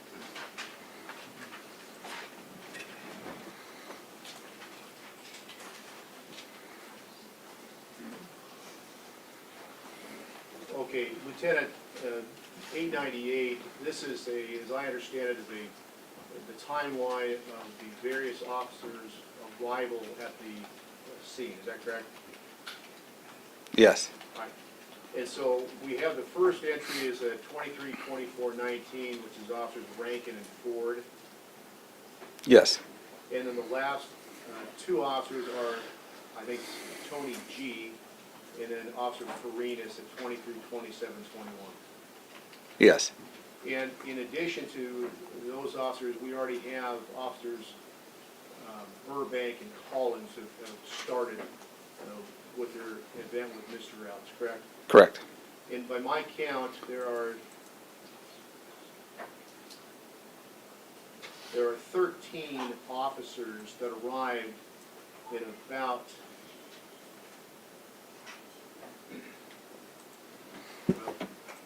3 minutes, correct? Yes. And then there's 3 other officers, Officers Durr, Schneider, and Hightower. Were they also in the same time period, although not documented specifically? Yes. All right, so we have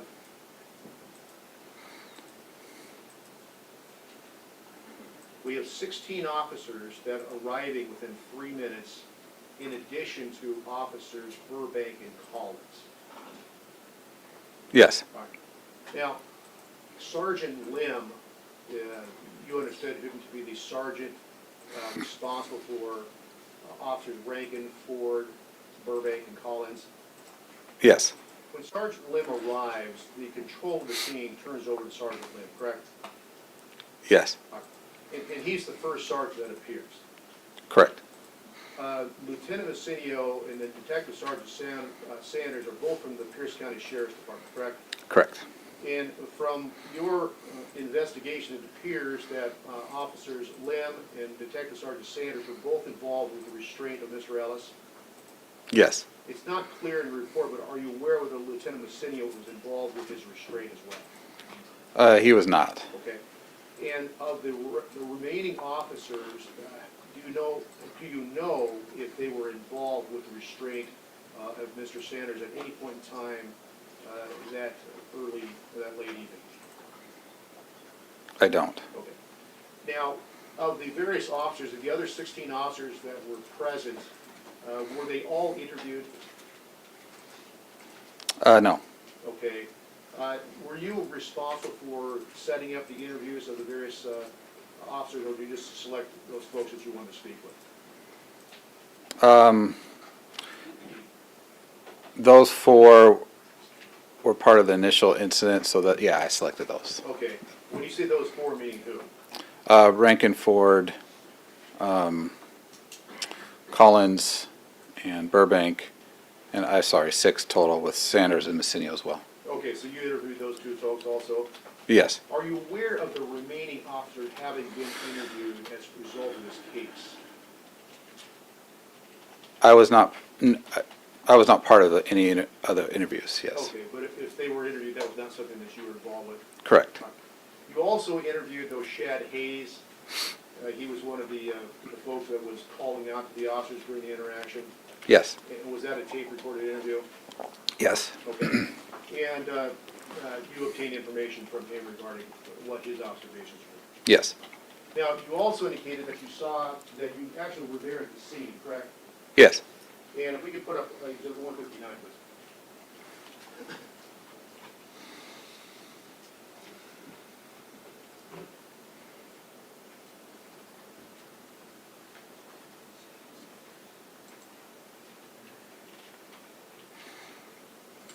Lieutenant, you indicated that in the report that Mr. Ellis was walking with a box of donuts and also a jug of water, correct? Yes.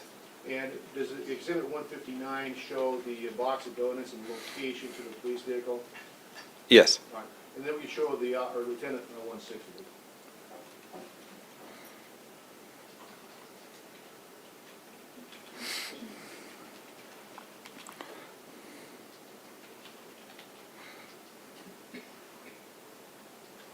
And sir, this is the close-up of the same box. Yes. Now, you arrived at about sometime after 1 o'clock in the morning at the scene? Yeah, around 1:38. Right. And at the time that you arrived, who was present? Lieutenant Messinio, Detective Sergeant Sanders, I believe Lieutenant Levelholtz.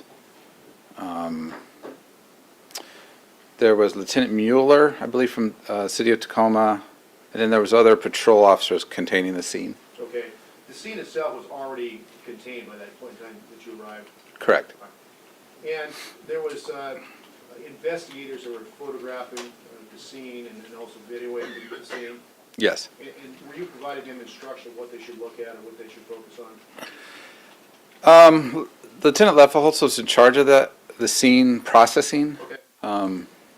So I think we may have talked about a patrol car there, and we didn't have any interviews done with the officers to know much, but yeah, that scene right in there by the car. When you arrived, it sounds as if you were directing some of the other folks what to do, correct? Yes. This was your scene for purposes of investigation, Yes. standard investigation in this particular matter. Yes.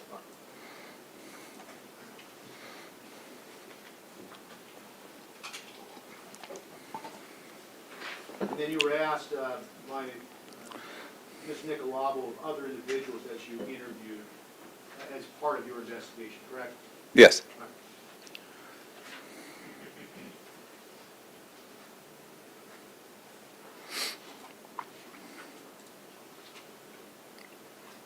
Excuse me.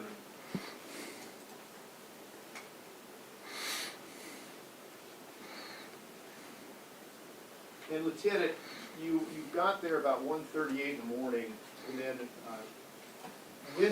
what kind of take us through the balance of the work that you did that early morning until you signed off? Like an overview of? Yes, good, please. We got a brief from Lieutenant Messinio. I had out assignments where I think I talked about Lieutenant Levelholtz was going to have the scene with forensics, which is Mellon and Wilkins. I assigned Detective Sergeant Katie to go to the precinct where involved officers would be interviewed. Also, Detective Moss, Alexa Moss, went to the precinct. I don't know if she's there for the briefing. I believe so. Detective Dos Remedios also went to the precinct, along with Detective Holtz. Made some phone calls to get those guys involved. And once that was done and they moved on to interview Messinio and Sanders at the precinct, I stayed there at the scene. Eventually, the ME was called, which is an ME investigator, as it. That was Mr. Atzett. Atzett. And then he showed up 3 or so in the morning. I also signed the incident log and make sure the incident log was going. And they began, I kind of walked out of this area of the scene as they scanned, 3D scans, and took photos and video. We tried to stay out of that scene while they do that. And then I assisted Azet in loading Mr. Ellis. And then I cleared the scene to go to the Parkland precinct. Okay, and at the Parkland precinct, you interviewed the 3 officers involved in this case, specifically the named lieutenants. Well, I was, Officer, or Detective Katie, Detective Sergeant Katie, and I believe it was Detective Holtz interviewed Sanders and Messinio. Okay, And I had requested radio traffic to a server, so I began to listen to that, radio traffic transmissions. And then I got, I believe, a summary from Katie about the interviews. Then we went back out to canvass this scene. okay, and that was to look at, to contact the neighbors to see what, if anything, people saw. Yes, we're hoping to catch people that were on their way to work, or about to go to work or school, and see if they had video or saw anything. Okay, and those folks that had relevant information was then ultimately provided. Yes. You also interviewed, I think, Messiah Ford, who was the partner of Ms. Officer Rankine. Yes. And also you attended the autopsy that was conducted by Dr. Clark. Yeah, later in the morning, around 9:30 of the 4th, I attended that. Okay, and you subsequently learned the toxicology results that involved Mr. Ellis. Yes.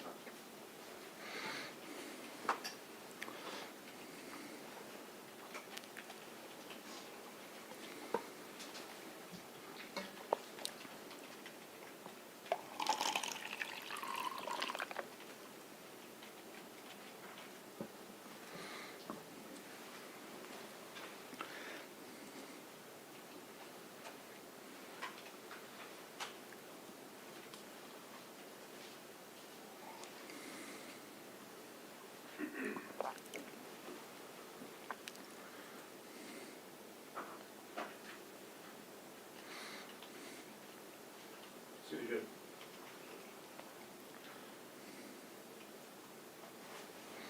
Great, thank you, Lieutenant, thank you. That's all the questions I have. You can take that.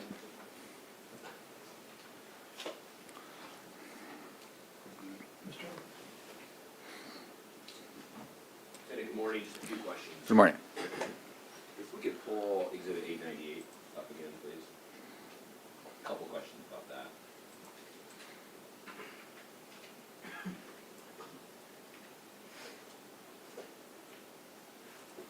Just, Mr. Pertzer asked a few questions about this timeline.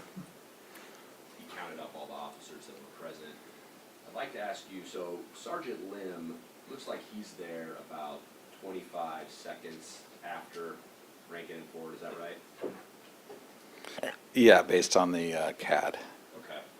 And he outranks, do you understand, Rankine, Ford, Collins, and Burbank, is that right? Yes.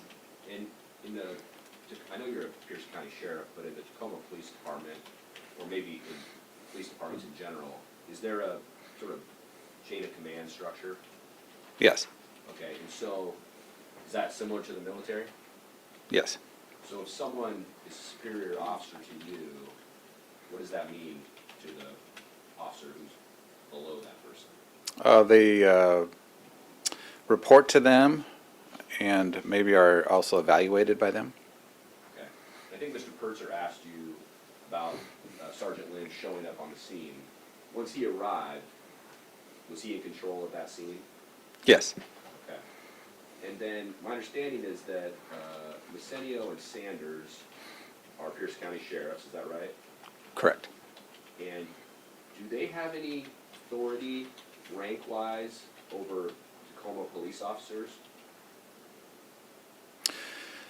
It's Tacoma's scene that they assisted with, so no. Okay. All right. A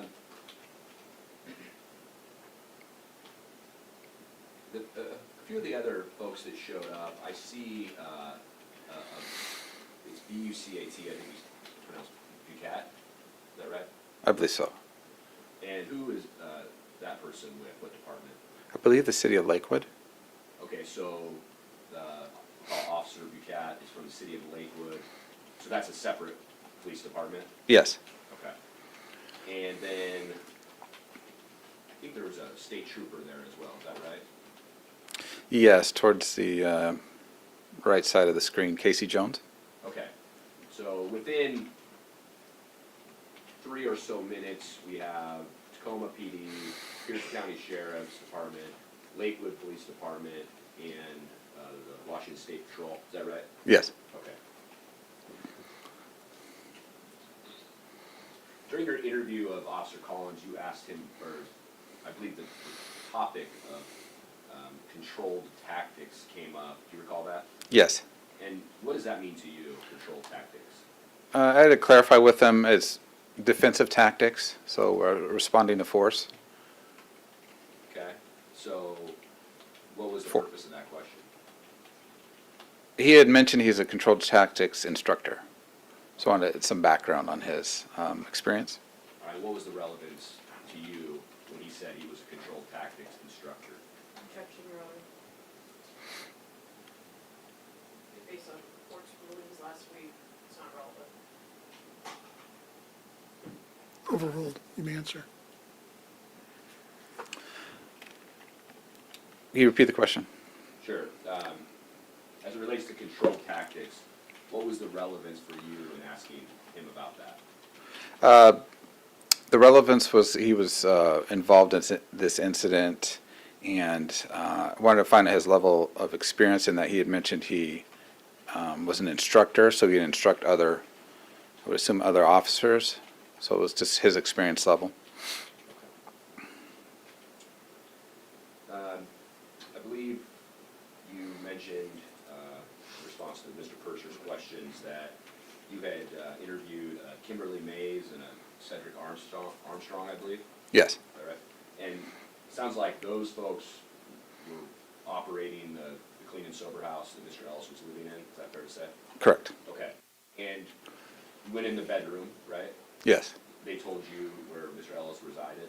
Correct. And was it just him living in that room, or was there somebody else? There was also another person, Who was that? believed to be Mr. Everson or Emerson. Okay. Mendel Everson, does that sound right? Correct. And so they shared like a single bedroom? Yes. Okay. And were some of Mr. Everson's items strewn about as well? Yes. Okay. And did you ever follow up with Mr. Everson? We were not able to locate him. I attempted through his mom to try to locate him. I did not. Okay. I didn't personally. Did you ever learn information that Mr. Everson was there with Mr. Ellis that night on March 3rd, 2020? Objection, Your Honor. My foundation, that's not evidence. I'm not asking for any hearsay. I'll sustain the objection.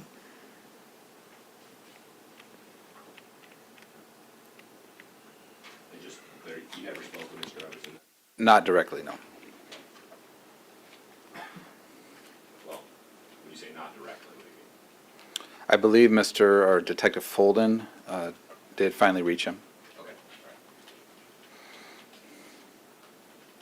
all right. And during Officer Collins' interview, he mentioned a little more of a description of the vehicle that was making that left-hand turn off of Ainsworth. Do you recall that? Yes.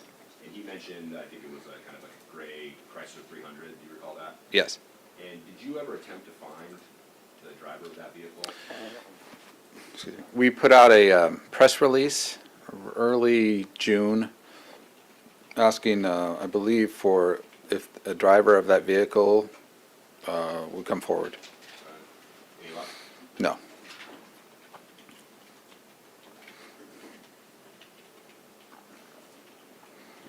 And just to be clear, the statements Officer I understand correctly, Officer Rankin and Officer Burbank and Officer Ford gave their statements on March 6th, is that right? March 6th, which was Burbank and Rankin, and then 9th was Collins, and then Ford. Okay, those were all four of those were in 2020, just a few days after the incident? Yes. Okay, nothing further, thank you.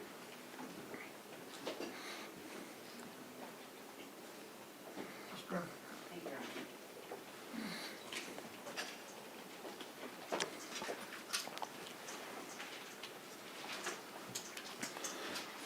Good morning, Lieutenant. Good morning. And we've met before, haven't we? Yes. Just have a few questions and follow-up for you. And first is, did you take the statement of Officer Ford? Yes. And was that about 14 pages long? Yes. Okay, and is that consistent with the length of the Objection, other Your Honor, officers' all of statements? Question from length of the, ask, sure. Thank you, Your Honor. Would that be consistent with the length of the other officers' statements? Some exceeded that number, but consistent with the length of the other officers' statements? Yes. And was there anything that Officer Ford said that was inconsistent with what these officers said? Objection, Your Honor. Sustained. I want to talk to you about what Officer Rankin knew when he arrived on the scene. And do you recall that he described mic clicks and experienced officers not responding? Yes. And then yelling out their location, but nothing else? Yes. Priority call, well, first of all, that's quite a concerning situation for an officer to hear, isn't it? Yes. Why is that? Means most likely there's a struggle occurring. They can't get out on their or transmit. And there was a priority call that went out over dispatch? Is Yes. that right? Yes. And Rankin and his partner Ford arrived on the scene. Yes. They see Ellis on the ground and Burbank and Collins still struggling with Ellis. Yes. Officer Rankin asks what he can do to help, Correct. and he sees a gun magazine lying on the ground. Yes. Can you tell the jury what a gun magazine is? It's a magazine that would hold bullets for a weapon. And he has no idea whose gun magazine that is that Objection, right? Your Honor. That's speculation. Based on his statement. Who would answer? Yeah, he didn't know who that belonged to. But he knew at that point that the officers, Collins and Burbank, were struggling with someone. Yes. And it would be reasonable for him to assume that these officers had been in a fight with Mr. Ellis, with this individual. Objection, Your Honor. False speculation. His conclusion. Sustained. Would it be reasonable for him to conclude under those circumstances that the individual, later identified as Mr. Ellis, could be armed with a firearm? Same objection, Your Honor. No, who would answer? Yes. Thank you. What is a pat down or a stop and frisk? That's where an officer, depending on circumstances, may have enough reasonable suspicion to pat down a person, clothing, outer clothing, and frisk them for weapons. And can you tell the jury about the importance of officer safety in any circumstance? Objection, Your Honor. It's outside the scope of the correct in this case, with this witness. Who would answer? The importance of officer safety it's very important when dealing with somebody to make sure they're not armed with a weapon. And why is that? For the officer and their protection, so no one's injured. After Officer Rankin arrived at the scene, he described Ellis as violently thrashing around, and Burbank and Collins are barely holding on to Ellis. Is that right? Yes. And at some point, Officer Rankin described Ellis bucking Officer Burbank off of him. Is that fair to say? Yes. And Rankin reacted to this movement and described holding Ellis down so he couldn't get up. Yes. that consistent with what he told you? Yes. Now, he said he distributed his weight evenly across the torso of Mr. Ellis so he couldn't get up. And that's in his statement, Exhibit 65A, at page 13, 24 through 25. So he told you he distributed his weight evenly across Mr. Ellis' torso so Mr. Ellis couldn't get up. Yes. Okay. And he also told Mr. Ellis to calm down, didn't he? Yes. And despite that, Mr. Ellis continued to resist arrest. Isn't that what Officer Rankine told you? Yes. He said that Ellis was doing the wiggle worm and dragging the officers actually across the road. Isn't that what he told you? Yes. And by the way, Officer Rankine was very detailed in his statement, wasn't he? Yes. Perhaps the most detailed of any of the officers, Objection, for your Honor. memory. Sustained. Do you remember he told you that, as follows, and I'm quoting, "I remember that we just sat there until other officers could get there." Do you remember that quote from him? Yes. Now, importantly, we know his supervisor, Sergeant Lamb, who we just talked about, arrived within 25 seconds of Officer Rankine and Ford arriving. Yes. So we have Officer Ford and Officer Rankine arriving, and within 25 seconds of their arrival, you have Sergeant Lamb arriving. Is that right? Yes. That's a pretty short period of time, isn't it? Yes. And then in terms of the timing, we next have Lieutenant Messinio and then Detective, now Lieutenant Sanders, arriving within another 6 to 10 seconds. Isn't that right? Yes. Okay. Again, a very short period of time, isn't it? Yes. Sergeant Lamb wrote a report, and in his report he indicates, and again I'm quoting, at the intersection of... Objection, Your Honor. That's not in evidence, he's just, it's hearsay. I'm sorry, The- who are you quoting from? Sergeant Lim. This is Exhibit 710. The quoting from Sergeant, right? Yes, Your Honor, but I can paraphrase, Your Honor. Well, rather it's than the getting same the objection. exhibits. What's the quoting? Let me ask it this way, Your Honor, so I don't want to get bogged down in exhibits right before we're going to break for lunch. I can do it after if I need to. Let me ask you this, just to expedite. Sergeant Lim wrote a report, is that right? Yes. And you reviewed it, didn't you? I did. And why did you do that? As part of the overall lead, I wanted to make sure I read all the reports that were submitted. Okay, and why is that? I mean, it's kind of an obvious question and answer, isn't it? Yes, to know their observations, each patrol or sergeant, whoever was there. And did Sergeant Lim indicate that the... Objection, Your Honor. I'm not done with my question, Your Honor.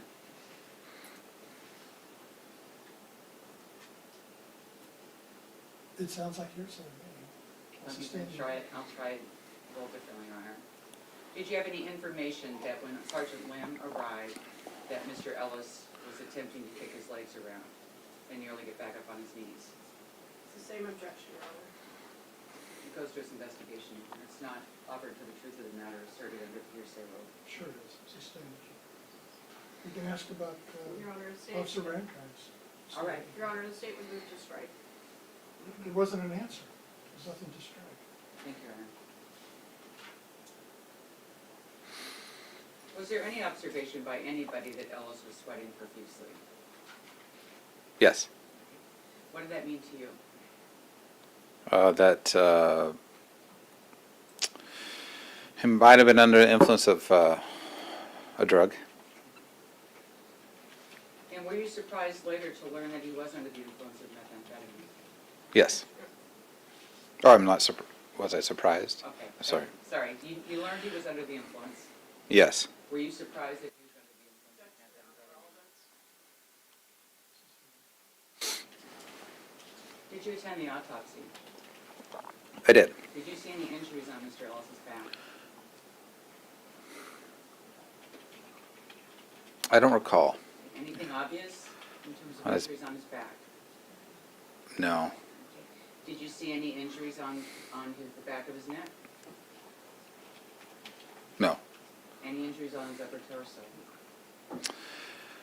I believe there's probe marks potentially from a taser. Anything else? In terms of injuries that you saw? No. Did Officer Rankine place Mr. Ellis in the recovery position? Why? Or did he? Yes, did he? I'm sorry. Questions? I apologize, Your Honor, I misheard the question. So the question is, did he do that? You have no objection to that question? No objection. You answer. Thank you. Did Officer Rankine place Mr. Ellis in the recovery position? Yes. And did he do that more than once? Yes. Did he check Mr. Ellis for weapons? Yes. And did he remove his gloves and put on medical gloves?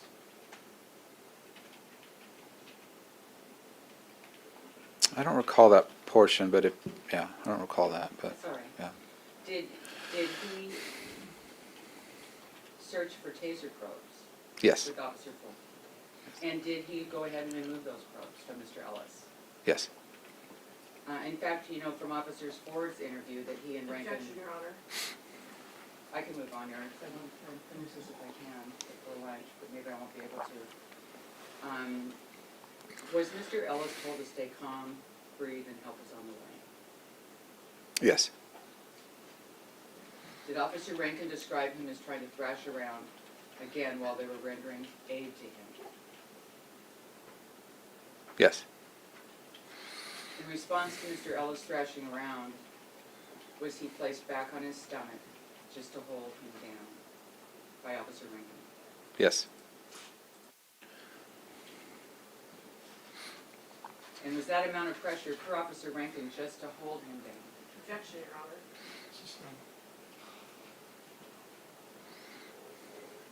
Was Rankin at any time with multiple other officers trying to hold Ellis in place? Yes. And once Mr. Ellis calmed down again, did Officer Rankin place him on his side? Yes. In terms of first aid to Mr. Ellis, while Officer Rankin was on the scene, he also checked Mr. Ellis's pulse, isn't that right? Yes. No other officers described as doing this that you know of. Correct. Rankin then told the other officers, it's really weird that his pulse is normal. Yes. He also had officers check Mr. Ellis's eyes. Yes. Officer Rankin described in his statement to you that he watched Mr. Ellis's breathing, Yes. and the officers then sat and waited for fire to arrive. Is that true? Correct. While they were waiting, Ellis was placed back on his side again. Is that your memory of what happened? Yes. Now, with respect to whether Officer Rankin did anything with respect to hitting, punching, tasing, or choking, I have a few questions on that. Officer Rankin never punched Mr. Ellis, did Well, he? we've got a few questions that we're not told on, so we'll take our All right, thank you, Your Honor. noon break. So we'll be at recess. Ladies and gentlemen, please be back by 1:15. Please do not discuss the case among yourselves with anyone else, and do not permit anyone to discuss the case with you in your presence, and of course avoid it.